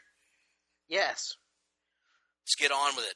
We're going to move on to the small screen, folks, and talk a little bit about our beloved CW DC television universe, the Arrowverse, if you will. And let's go right to the show that started it all, Arrow, coming off of one of its finest seasons to date. Arrow's Stephen Amell recently confirmed at Heroes and Villains Fest that Manu Bennett will be returning to CW's Arrow for the show's 6th season as Deathstroke. Amell said, quote, "I can report that Manu Bennett is back to being a part of the show, and I think we will see him multiple times this year, which is awesome." Couldn't have said it better myself, Nick. Awesome is a great way to describe this news. Absolutely. I don't really know what else to say, because at this point you and I have prophesied our love for Manu Bennett's Deathstroke so much that there's really nothing more to add other than the idea that he's coming back to the show on a more regular basis gives me pleasures that some might consider to be unnatural. Exactly. Which reminds me, Nick, we have to let people know that have made it this far that they are listening to the longest running weekly episodic comic book podcast in all of Place to Be Nation. You damn right. Do. So listen, as you getting into the Pritchardisms after only like three episodes, I'm proud of you. Just a little bit here. Wait until you're quoting chicken salad recipes, then come at me. We're moving from Arrow on to Supergirl, which has recently announced a major recasting. They say major. I wouldn't say major. It's a recasting, and a character that had already been in existence, which is Kara's mother, Allura, her birth mother. The actress that originally played her is no longer able to play that character. Laura Benanti, she is off to do other projects.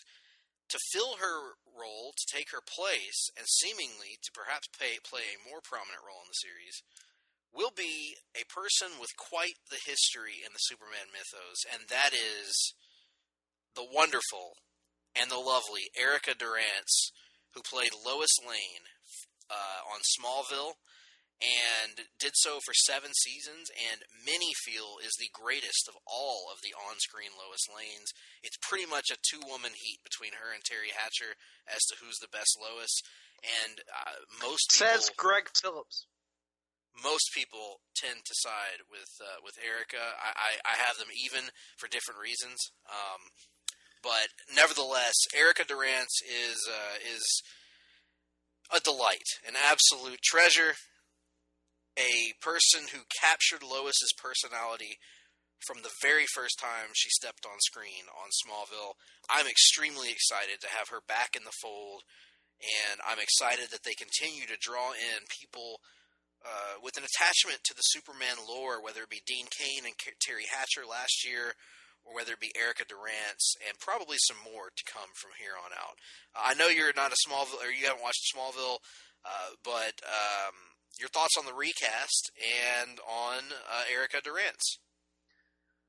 Having not seen any Smallville outside of the first 6 or 7 episodes of season 1, I will say that I have no real comment on this matter, other than to say that I enjoy the fact that the CW producers in general, whether it be Flash or Supergirl, are not afraid to pay homage to each of their respective characters' previous film exploits, and I like the fact they keep roping in actors from days gone by.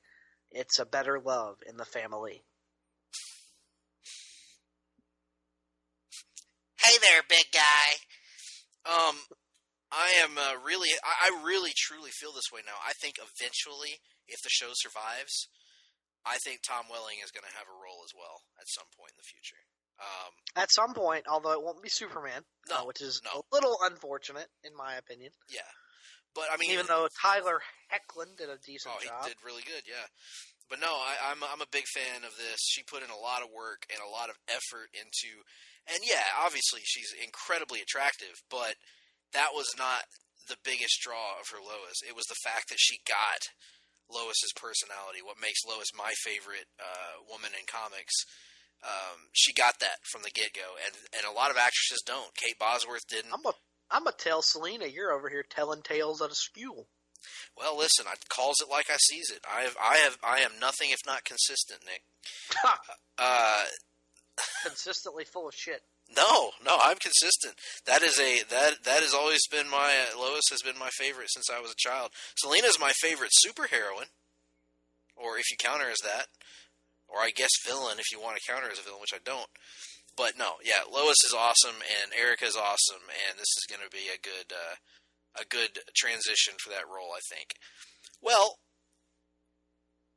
I can't think of a transition at all to make here, so let me just move on to DC's next animated film. And DC's doing something really interesting with their animation right now, Nick, where they're kind of cycling between telling these in-continuity stories in this new 52 continuity that they started with the Flashpoint Paradox, and then cycling in and out of those with standalone adaptations of existing works. And that's what we're getting next. Almost entirely Batman stories, for the most part. Yes. To this point. Other than Judas Titans, but that was in continuity, yeah.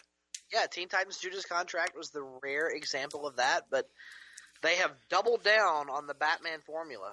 It was at one point that we were told that the only things that sold these films were Batman, Superman, and Justice League, and now it feels like the only things they think that sell are Batman and Justice League.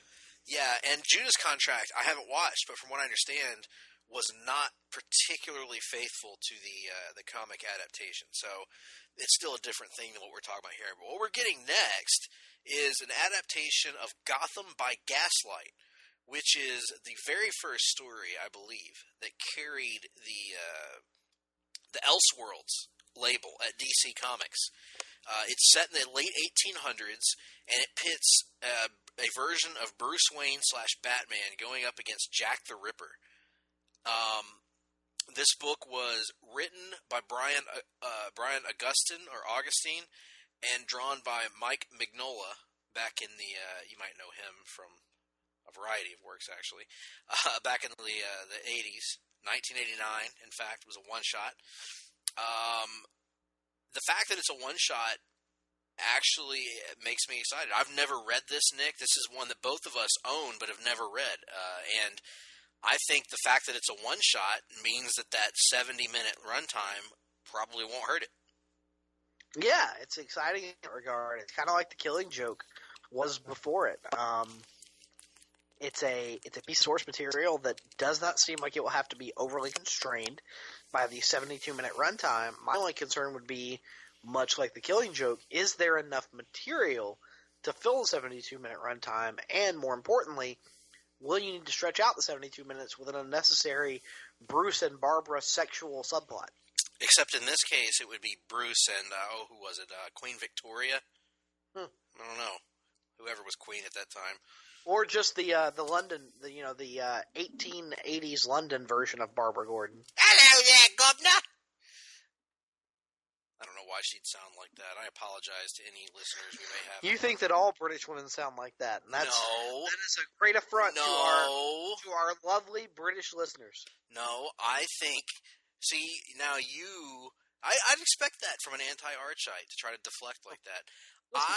You deflect from true statements about stereotypes. I believe untrue labels. That's all you have, Greg. Are labels, I believe rumors, and innuendo. And I don't traffic in innuendo.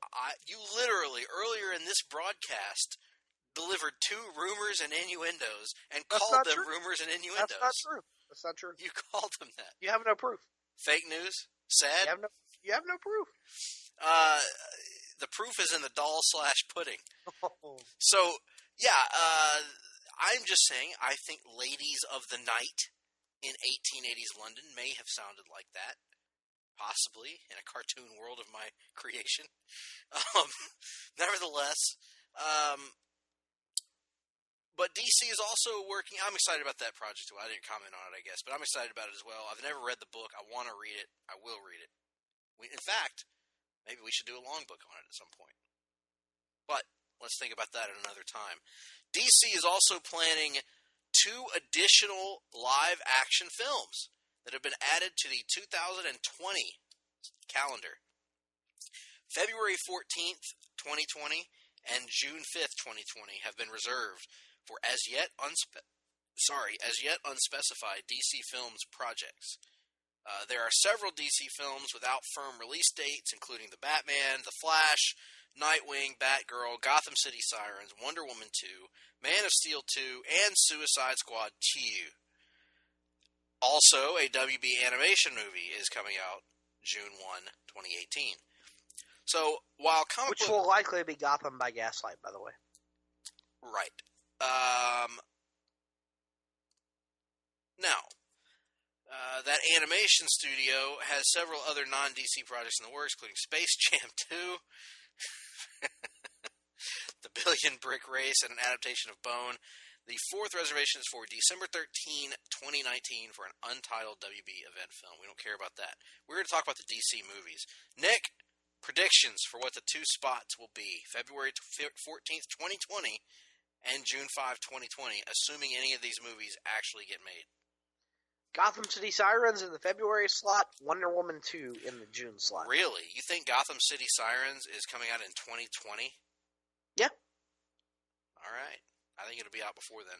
Not in active production currently, not dated for 2018. We have read reports recently that Warner Brothers is kind of taking a wait-and-see approach in regards to how Justice League is received later this year, which means we're still a few months away from Warner Brothers even beginning their thought process on how aggressive they want to be with a lot of these films. I think of any of the films that are not in current active production, I think Batgirl is more likely to happen than any of them, given the fact that Joss Whedon is attached. So yes, I believe that 2019 we could potentially only see Batgirl released, setting the stage for 2020 with Gotham City Sirens and Wonder Woman 2. I think Wonder Woman 2 will be a little bit fast-tracked, possibly. But I'm going to say February 14th, 2020 for The Flash. Assuming it ever gets made.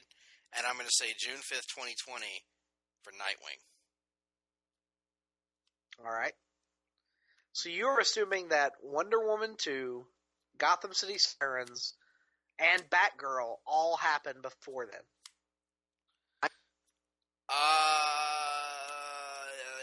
Yes, tentatively. And here's my explanation. So then they're all happening in 2019. No, I think they can get one out in 18. Well, Aquaman is their only film dated for 2018, December of 18 at this point. I think they could move one up. But I'm not saying they will. But I'm saying yes, there's no... And here's the reason why I say that, Nick. Because I believe that the studio believes that anything with Batman's name on it will sell. And so Batgirl and Gotham City Sirens, I think they're going to fast-track as quickly as possible. Wonder Woman 2, they'd be foolish not to get into production as quickly as they possibly can. Because, well, then again, you know what? I take that back. 3 years is about right. So yeah, okay, I'll remove the Flash and say that that's still not going to happen, and I'm gonna put Wonder Woman 2 in that February or that the June spot of 2020, and I'll move the June spot back to February and have Nightwing as the February movie. Okay. Are you even clear on what your predictions are at this point? Yes, I am. Gotham City Sirens in 19, Wonder Woman 2, and The Flash in 2020. Not The Flash, Nightwing, sorry. What about Batgirl? Batgirl will be 2019. That's the only part of this we agree on, is that... No, and the Wonder Woman 2 you eventually came around to my line of thinking. But yeah, so there you are. Yeah, we'll see. Nick, has your faith increased or decreased in the Warner Brothers DC film slate after Wonder Woman? Slightly increased, but only slightly. I think Wonder Woman was a film that was allowed to largely stand on its own merits, was not concerned with building universes, was concerned with establishing a character, which is I would argue, is the approach the DCEU should have taken from the get-go.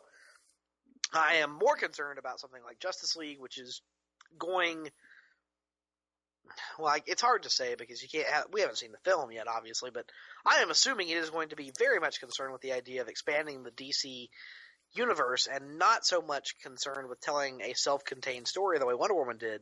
And so I have some concerns about Justice League remaining. So I will say ultimately my confidence is ticking up, but not nearly to the degree that it is probably ticking up for most people. Yes. I remain extremely concerned about Justice League, and maybe I'll wind up being wrong. Me too.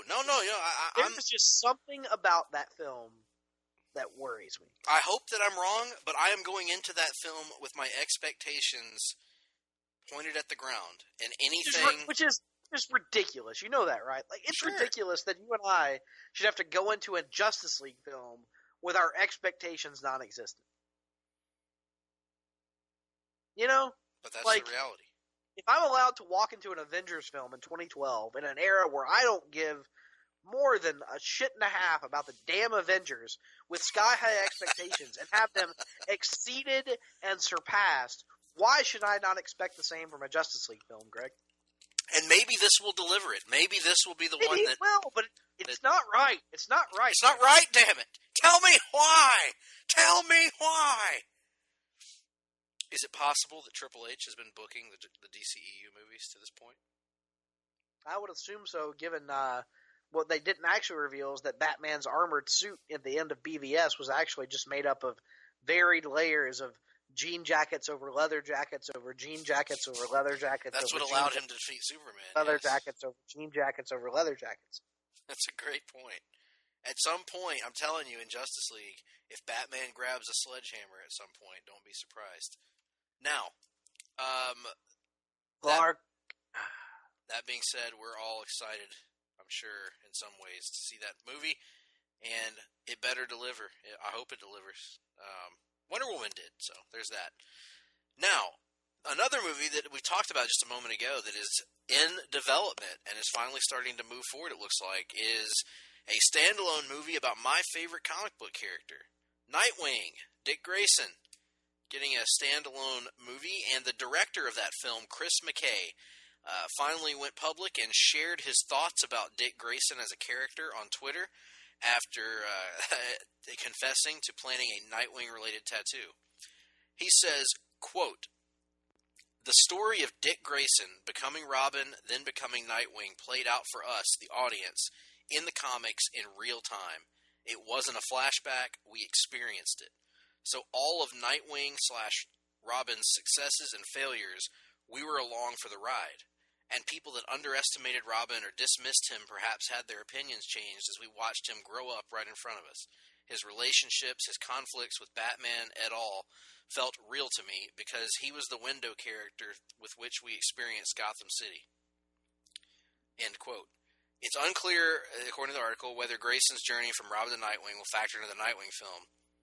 However, McKay says that whichever actor he casts for the role, it's going to be intense and it's going to require physicality. Quote, "He has to love Nightwing as much as I do. It has to be full commitment every day. It's going to be grueling from a martial arts, gymnastics, and stunt perspective." End quote. Nick, give this man what he wants. Give him the money, all the money that he needs. Give him the cast that he wants. Why are you even involving me in this? Why don't you just talk for an extended period of time? This guy, listen, I don't know a damn thing about Chris McKay. I don't know if he can do a live action. He made the Lego Batman. I don't know if he can do a live action-packed film. I don't know if he understands choreography of fight scenes or not. I don't know any of that. But it's like the old. Oh gosh, I'm trying to think of a good example here. It's like when Dan DiDio or Joe Quesada or Axel Alonso or Grant Morrison or whoever gives this amazing pitch for a story. And even if you have your doubts going into it, they're so good at selling their ideas that you read it and you're like, damn, that sounds like a good thing. And in this case, every single thing he is saying about this movie is exactly what I want to hear. Because, yes, you're damn right, that's what makes Dick Grayson such an amazing character. In my opinion, the greatest character in comics. Just my opinion, he's my favorite. But what makes him so amazing is he was allowed to transcend the comic book medium in a way that other characters have not been allowed to. In terms of, he wasn't a slave to the perpetual time cycle of comics. He was allowed to grow up. He was allowed to mature, to age, to develop from a boy to a man over the course of many, many years, granted, but we got to see that as readers. We got to experience that growth, that change, that maturity, and becoming his own standalone, awesome character who can carry his own comic book series, who can lead his own team in a series that at one time was outselling the Justice League. A character that was truly allowed to develop in a medium that often does not allow its characters to develop. An amazing character. So I love all that stuff. More importantly than all that, I love that he is going to ask a lot of the actor that plays Dick Grayson. When he especially focuses on martial arts, gymnastics, and stunt perspective, you guys know, anybody that listens knows that's speaking right to Greg Phillips, because I don't really care how it makes me come off. If I come off as like dumber for thinking this way or whatever. Action, if you're doing an action movie, the action needs to be good, and it needs to be immersive and or believable. And in this case, Dick Grayson is supposed to be this world Olympic-style class gymnast that I want to see doing unbelievable wire stuff and having badass fight scenes and free running and all of the stuff that I associate with Nightwing in the comics. At the risk of throwing a few more ums out there, all that I will say to cap this off is I am, for the first time, legitimately stoked about this movie because I believe that it's going to happen. I believe that there is a commitment to make it happen. And, hey, I'm on the train. And when this happens, I will probably be reacting to this and hanging on every news item the way that most people were with all the Spider-Man Homecoming news, because the way that many people are attached to Spider-Man is the way I'm attached to Nightwing, which is weird because I don't currently actively read the Nightwing comic and haven't read his comic for quite some time. But nevertheless, Nick, I'm rambling, but I love Nightwing, and I hope that this movie turns out to be as good as McKay makes it sound. I agree with all of that. Obviously, I don't have the level of emotional buy-in that you do, but for your sake and the sake of several others in our friend group, I hope you're not disappointed by what you eventually get. Yes. Well, one thing that we weren't disappointed by was Wonder Woman, which, as we sit right now, is a virtual lock to end up as the most profitable superhero film of the year, at least until we get to November and the Justice League and Thor releases. It's had an incredible run at the box office, so we know that we're getting a Wonder Woman 2, but we've got a few rumors out there about Wonder Woman 2. It looks like, according to the rumor and innuendo, Nick, the second Wonder Woman film, according to Screen Rant, is currently planned to take place in the 1980s, pitting Diana against the Soviet Union during the Cold War. Adding to that, according to this report, Chris Pine's Steve Trevor is supposedly going to be back in the movie, despite the fact that we saw him die, seemingly, in the first Wonder Woman movie. Jeff Johns has stated he is working with Patty Jenkins on the script for the film, and we don't know exactly when it's coming out. So I am totally cool with this. I think exploring another time period is a cool idea that has not been done in superhero films to this point. So, well, actually, I think it has. It has in the X-Men franchise. The X-Men franchise has been the only one that's kind of taken this perpetual period piece approach. What are your thoughts on this, Nick, versus just making it take place in the current day, as you saw with the Captain America sequels? Yeah, I can't lie. I was a little disappointed that it allegedly won't be taking place in current day, although I was a little excited by the fact that allegedly, Steve Trevor, or at least Chris Pine, will be returning. Although, I must offer, Greg, Kevin Smith and his theory on the return of Steve Trevor. Would you care to hear it? Certainly. So, allegedly, this movie will take place in the Cold War, will it not? Mm-hmm. What went on during the Cold War? Nuclear arms race. As well as the space race. Ah. So, what if Chris Pine were not playing Steve Trevor, but the Martian Manhunter?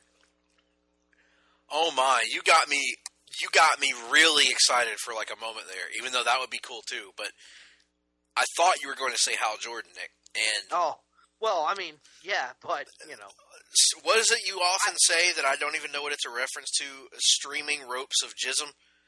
Something like that? Arcing ropes of jism. There we go. That is what would happen if that were to be the case. But that being said, Martian Manhunter is a great character, and Martian Manhunter would just more easily explain away the physical similarity between the two without it being convenient. Like he was my great uncle or whatever, you know. Mm-hmm. Now, why would he be impersonating Steve Trevor? That would all be revealed as part of the film, perhaps. Nevertheless, I'm fine with it. Chris Pine was, I think both of us. Being that he could read Wonder Woman's mind, would it not be an easy way to throw her off guard for a moment if you were trying to infiltrate a certain location or whatnot? And I think we both thought that Pine was a standout in Wonder Woman. So, absolutely. Very excited to see that. And to the point where both of us thought it was almost a shame that they killed him in that one because even though it helped the narrative, I to me, it maybe wasn't worth losing that role going forward. But if he's coming back, all the better. Now, Nick, do you know how this movie will be an automatic fail?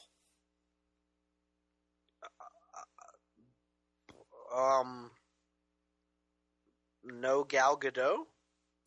No, that wouldn't play a factor. The only way that this film can fail is by not having Dolph Lundgren as the main villain. Well, we've been told that our television universes and our movie universes are going to be separate, so no Konstantin Kovar in this film. Well, that doesn't mean that they can't buy the rights to Ivan Drago and present a world in which he defeats Rocky, and thus the Cold War doesn't end, it escalates. Speaking of which, did you read the rumors about the fact that Creed 2 could potentially be about Adonis Creed fighting the son of Ivan Drago? Yes, I have. Give it to me. Give it to me! Oh, yeah! Oh, give it to me! That means that we could get Take your great dramatic movie that was legitimately emotionally affecting and just turn it into cheese instantly. Yep. Turn it sideways and stick it straight up on your movie shelf where it belongs as a good movie, and then give us our cheese Rocky IV sequel that never was. Yes.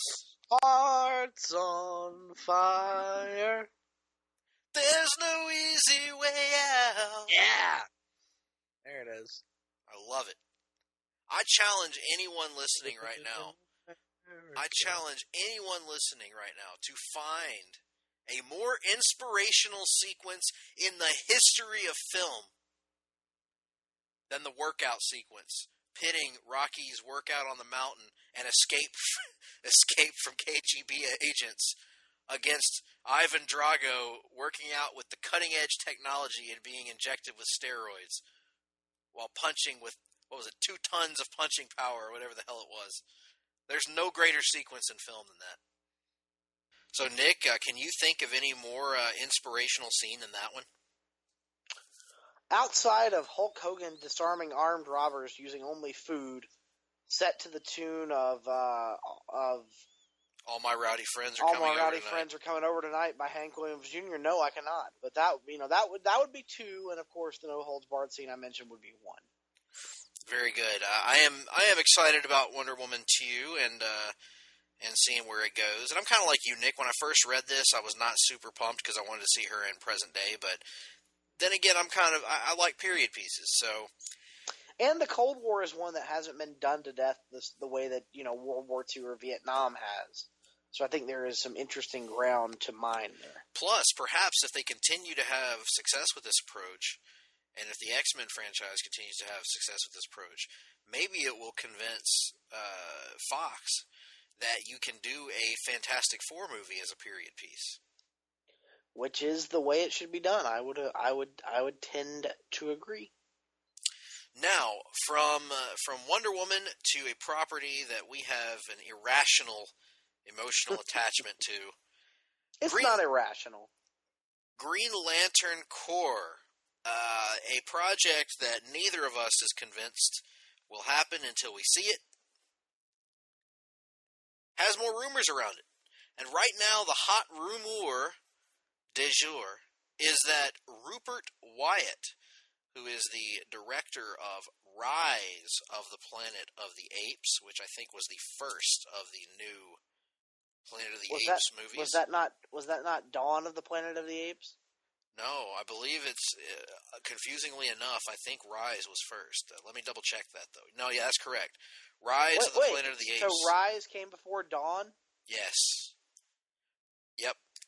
Rise came before Dawn. Don't ask me about the titling. All I know is... the new one? What's the new one called? The new one is War for the Planet of the Apes. And it's said to be excellent. I've heard all three are good. I'm not. Yeah, the first one's not casting aspersions. Oh, no. Yeah, I agree. No, I agree. The titling is not great. Not phenomenal because they just because when I'm like you, Nick, I would think that Dawn would come before Rise. But or at least at the same time. Or sometimes not at all. Although to be fair, Greg, my Rising typically comes before the Dawn, so that's neither here nor there. Nevertheless, I have seen Rise of the Planet of the Apes, and it was very, very good. Wait a minute. Which one have you seen? I've seen Rise of the Planet of the Apes, the first one. The one directed by Rupert Wyatt, the guy we're talking about, for God's sake. Rise is the first one, the James Franco one. Right. Dawn is second, as I mentioned. All right. Dawn is directed by Matt Reeves, that guy. Who's directed Batman, who we talked about earlier in the show.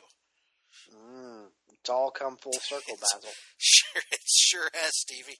Just like the Sugar the Maki. Rupert Wyatt is allegedly attached, according to something called the Hashtag Show. Why is this an actual source? I have no idea. Why is the Emoji Movie an actual movie? No one knows. No one knows. Nevertheless, according to the Hashtag Show... Of course, you'll probably go see it, given your love of the poop emoji. I love the poop emoji. Voiced by Patrick Stewart, Nick. Patrick Stewart is voicing the poop emoji. You know far too much about the Emoji Movie. He was on Conan. Do you want me to not watch Patrick Stewart on Conan because you might not think that it's passé to know about the Emoji Movie, my friend? Passé. Hush. Rupert Wyatt is attached to the DC Extended Universe release Green Lantern Corps, which is being written by David S. Goyer and Justin, not Dustin, Rhodes. We're going to call him the Natural. Natural as could be. And what's more, this website has a purported character description for the film, which has been described as Lethal Weapon in Space, with an older Hal Jordan, misspelled in this stupid article on CBR, as Hal Jordan, serving as a mentor to Jon Stewart. Hal is listed as a Caucasian, 39 to 50, a former military test pilot, a veteran of the Green Lantern Corps. Jon Stewart is listed as an African-American male, 21 to 30, who was a sniper in the military prior to joining the Corps. All of this is great. All of this is wonderful. What are your thoughts on it, Nick? Will it ever actually happen? The thoughts on the character descriptions of the director? I mean, what exactly are you asking? Let's split them into two. Your thoughts? Well, I already know you're not going to have any thoughts on the director because you haven't seen his one prominent movie. That's true. I haven't, so I have no thoughts on the director. He might be good. He might not. It's really not for you to say. For me to say. But the character descriptions sound like exactly.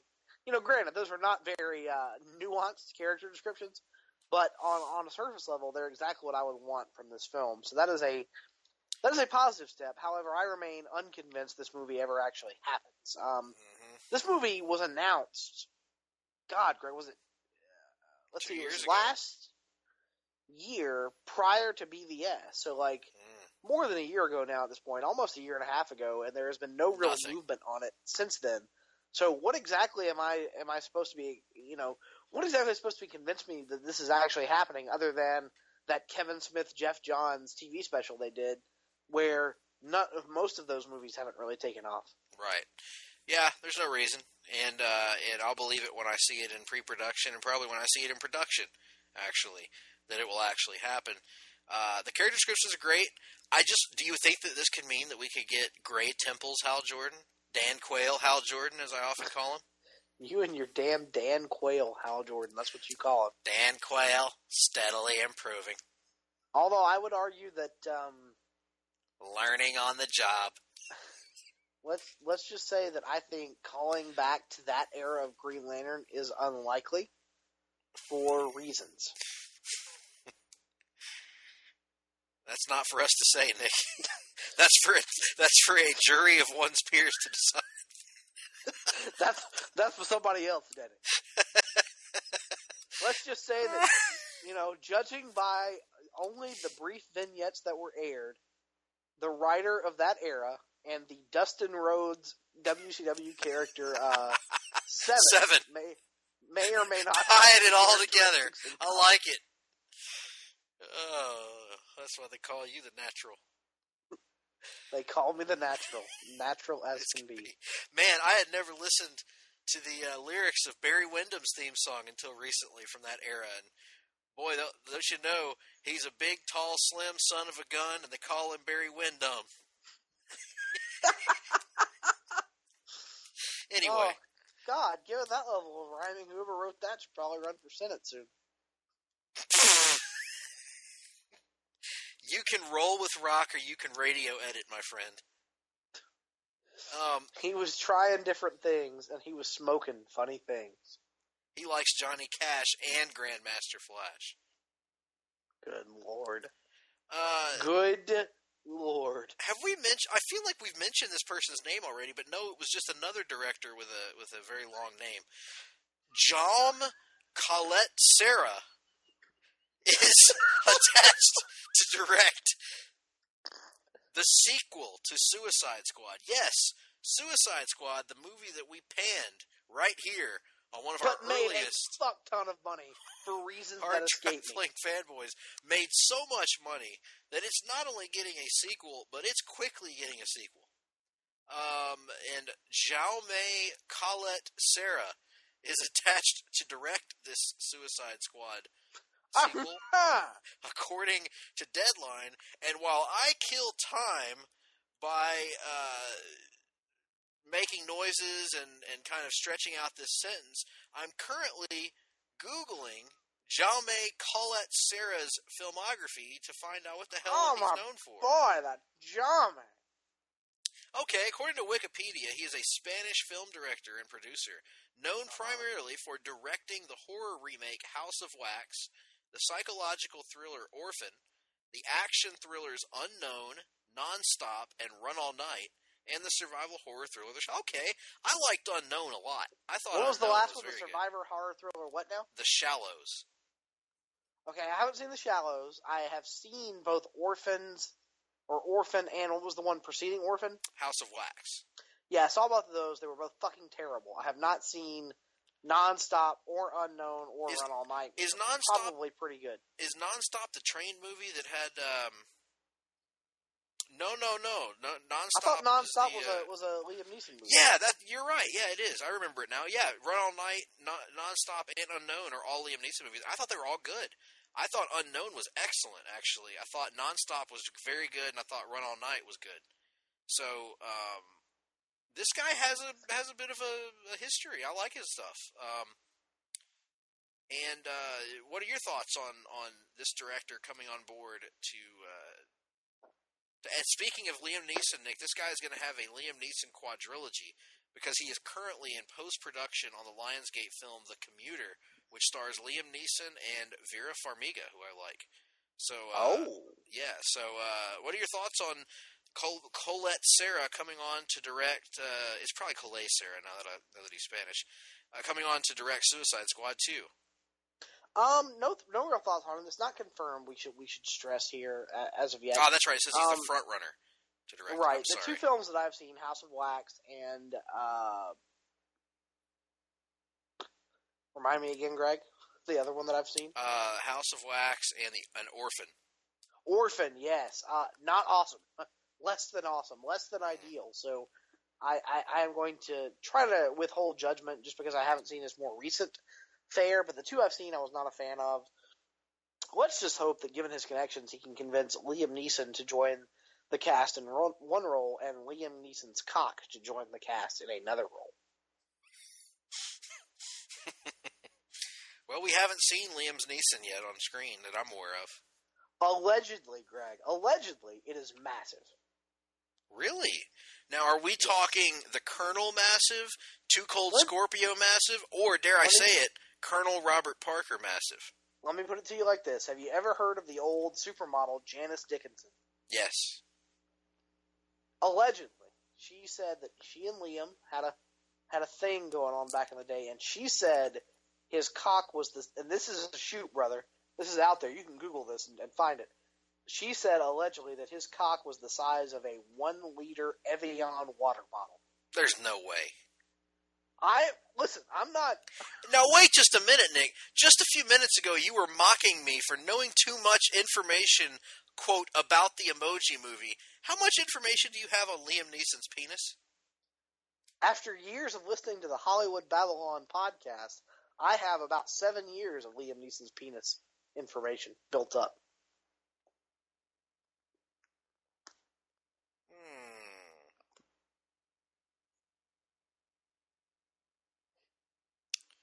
So, Liam Neeson's genitalia aside, ladies and gentlemen, let us move on to the next item on our list, which is another DCEU story.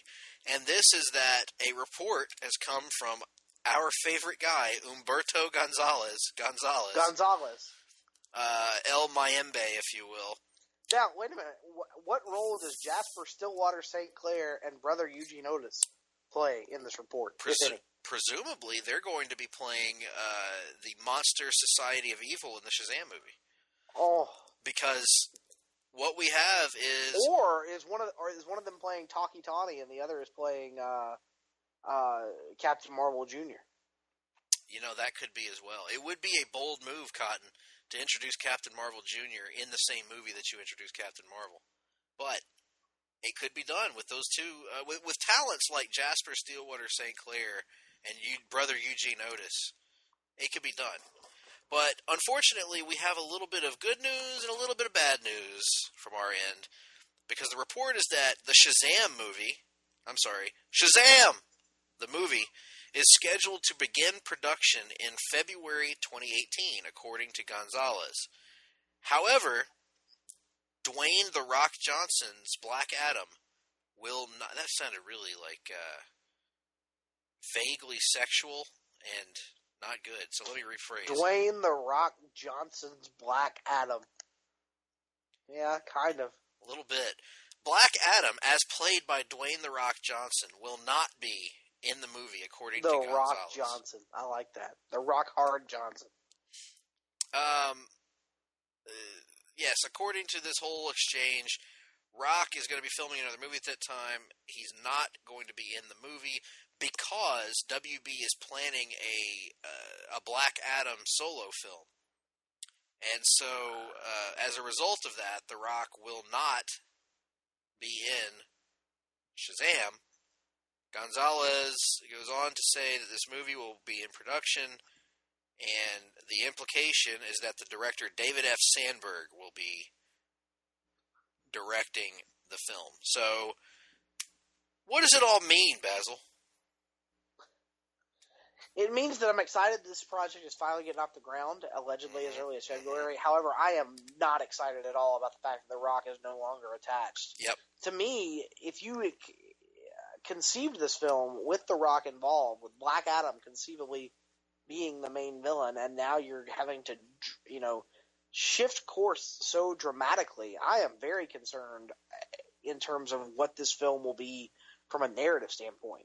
To me, even if the idea is to eventually get to a Black Adam standalone movie, I don't know that you can do that without having him first have a prior interaction with Shazam. I think that's pretty essential based on my admitted limited understanding of these two characters. So I'm all for The Rock getting his own DC movie, don't get me wrong, but I kind of feel like you need to have the patience to earn that and to get there before you just rush to it. Yeah, I would tend to agree. I think that Black Adam existed as Black Adam before Shazam in terms of in kayfabe, so to speak. So chronologically. Yeah, chronologically. So you could tell a prequel story of how Black Adam falls from grace and set him up as the villain, maybe in Shazam. But to hold it off for much longer than one movie, I mean, I don't know. I kind of feel like it's a mistake. But we'll see how it turns out. I guess you could do like Dr. Savannah and stuff like that in the first and then movie. build to the second one being Black Adam. Yeah, you could do that. You could do it. It could be done. But yeah, I'm not super pumped about it. I'd rather just see them come out of the gate swinging for the fences. But we'll see. At least they're finally getting some movement on this film because Nick, I feel like we've been talking about this movie for 2 years now and nothing's happened. So you know what's crazy is we still have not had it confirmed as to where exactly it fits, if at all, in the DCEU. You know, there was that rumor a while back that it was going to kind of do its own thing, and I still have not heard anything further on that. No, nor have I. So it remains to be seen where it's going to stand. No matter what it winds up doing, I think you and I are both in agreement that Shazam needs to wind up catering to a younger audience. It needs to be a true all-ages superhero film. Absolutely. And hopefully one, unlike Suicide Squad, that appeals to a different age group that we can actually still enjoy. Nevertheless, let's wrap things up mercifully with a little news item that's admittedly primarily just because we want to have any excuse we can to gush about these movies, but word has come out that Christopher Nolan, whose movie Dunkirk opens in theaters this weekend, is currently involved in a hands-on role in remastering all of his previous movies in 4K. Now, as someone who's admittedly somewhat of a technological Luddite, if you will, in that I'm always behind the curve on this stuff. I don't know necessarily details on audio and visual settings. I always find it fascinating to read Nolan's thoughts on all this technology. Here's his quote about it. "The wonderful thing about 4K technology is it gets closer to the resolution that we shot in film. Photochemically finished films of 35mm have at least 6K resolution. IMAX films upwards of 18K. So as home video formats keep evolving, 4K, particularly 4K with HDR, it allows us to give somebody in the home an experience that's much, much closer to what it was like to see the original film prints as projected on film, and I think that's a very exciting prospect." End quote. Nolan adds that he is very much involved in the development of these 4K remasters, and it's a long, complicated process, but the results have been very pleasing and very spectacular.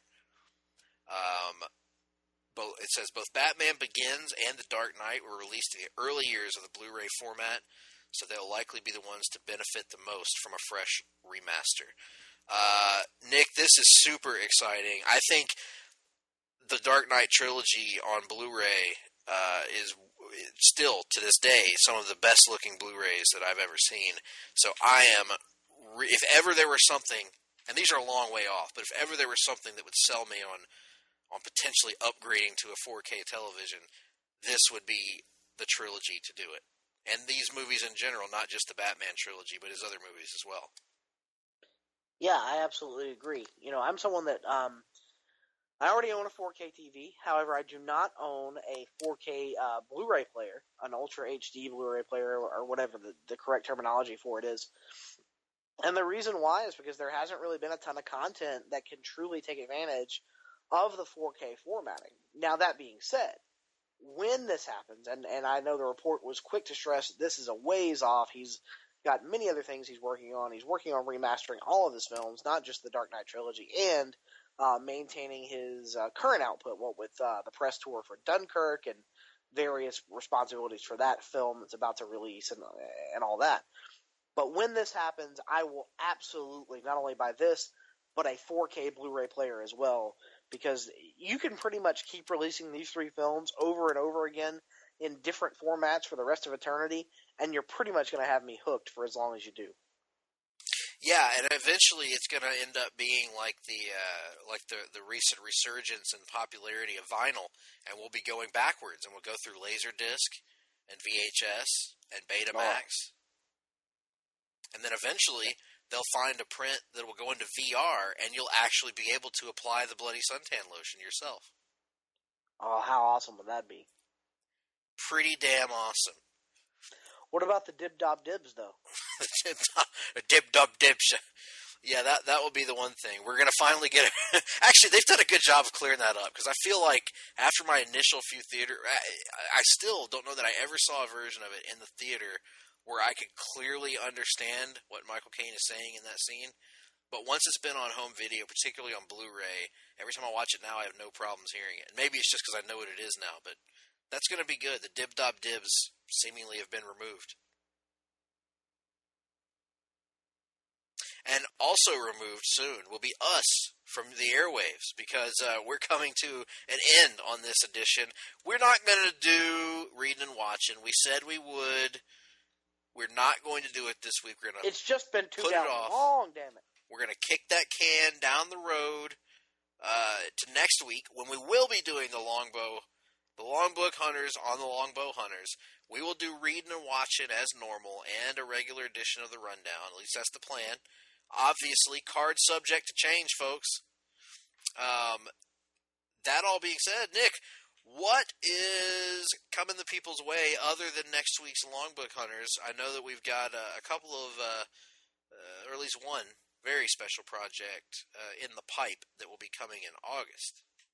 Well, yeah, I mean, obviously you mentioned next week's podcast. The first week of August, we'll be getting back to our Hard Travelers for Hire series, as we are joined by our manager, Todd Weber, for a very special look back at Thor: The Dark World.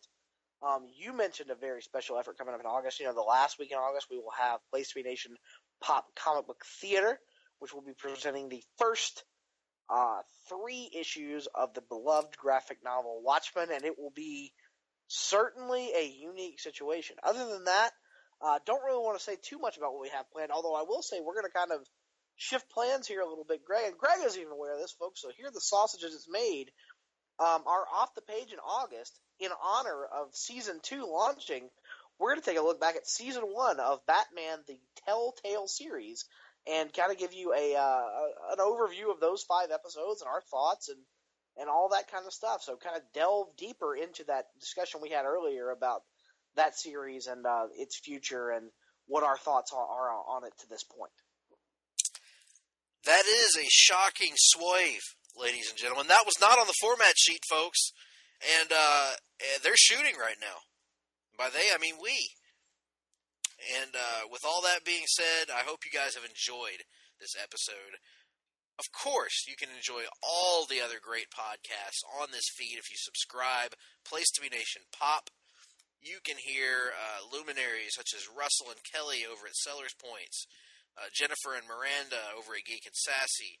Todd and Tim are doing a series over at Conversation Comics on the classic John Byrne, Chris Claremont X-Men. Phenomenal stuff there. Go Home in a Box. The Glenn Butler Podcast Hour Spectacular. The NBA Team. Lucha Undead. All kinds of great stuff here at Place to Be Nation Pop. Of course, over on the wrestling feed, you can listen to all those guys talk about the Graps. And that's good. And it is a veritable heaven for the Graps. That's true. Yep. And you got all that stuff going on the wrestling feed. The PTBN Greatest WWE Wrestler Ever series, of which both Nick and I are participating, is ongoing, and there's a lot of cool content coming up about that. Pod blasts and podcasts, and which, not to tell tales out of school, but there may be I won't say similar, but an offshoot effort coming to the Pop Network at some point in the near future. That is indeed what the word is on the street. Now, we can't confirm nor deny. It's not for us to say. That's right. There's just rumor and innuendo out there. Conjecture. Yep.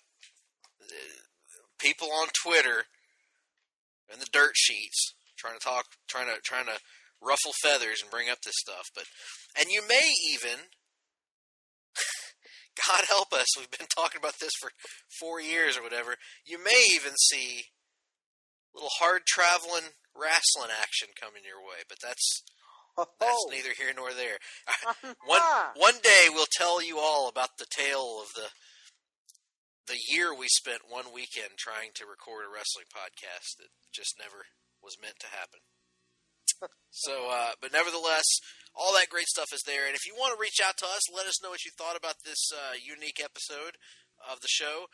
You can reach us on Twitter at gphillips8652, at nickduke87, through email rather, at gregp@placetobenation.com, nickd@placetobenation.com.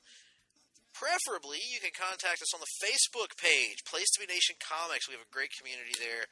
Come there and join in the conversation, join in the in-jokes, many of which you probably don't get if you're listening to the show and not in that group. And, of course, we have Discuss comments now on all of the articles on PlaceToBeNation.com. Go there, comment, let us know what you think about the show. Most importantly, let us know what you think about the subject matter, about all of these stories in the world of comics. What do you make of all this crap? What do you think about Marvel Legacy? What do you think about DC Rebirth? What do you think about the movies, the TV shows, the games, and so on and so forth? And all that aside, all of the smoke clearing, all the dust settling, there's only one thing for me to leave you on this week, folks. Hulk Hogan, you can go to hell. Straight to hell.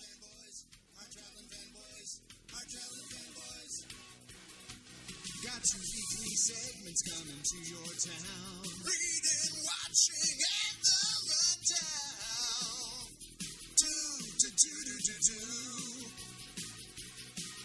It's the greatest show on Place to Be Nation. Certainly a unique situation. Ooh, Hard-Traveling Fanboys. Hard-Traveling Fanboys. Hard-Traveling Fanboys. Hard-Traveling Fanboys.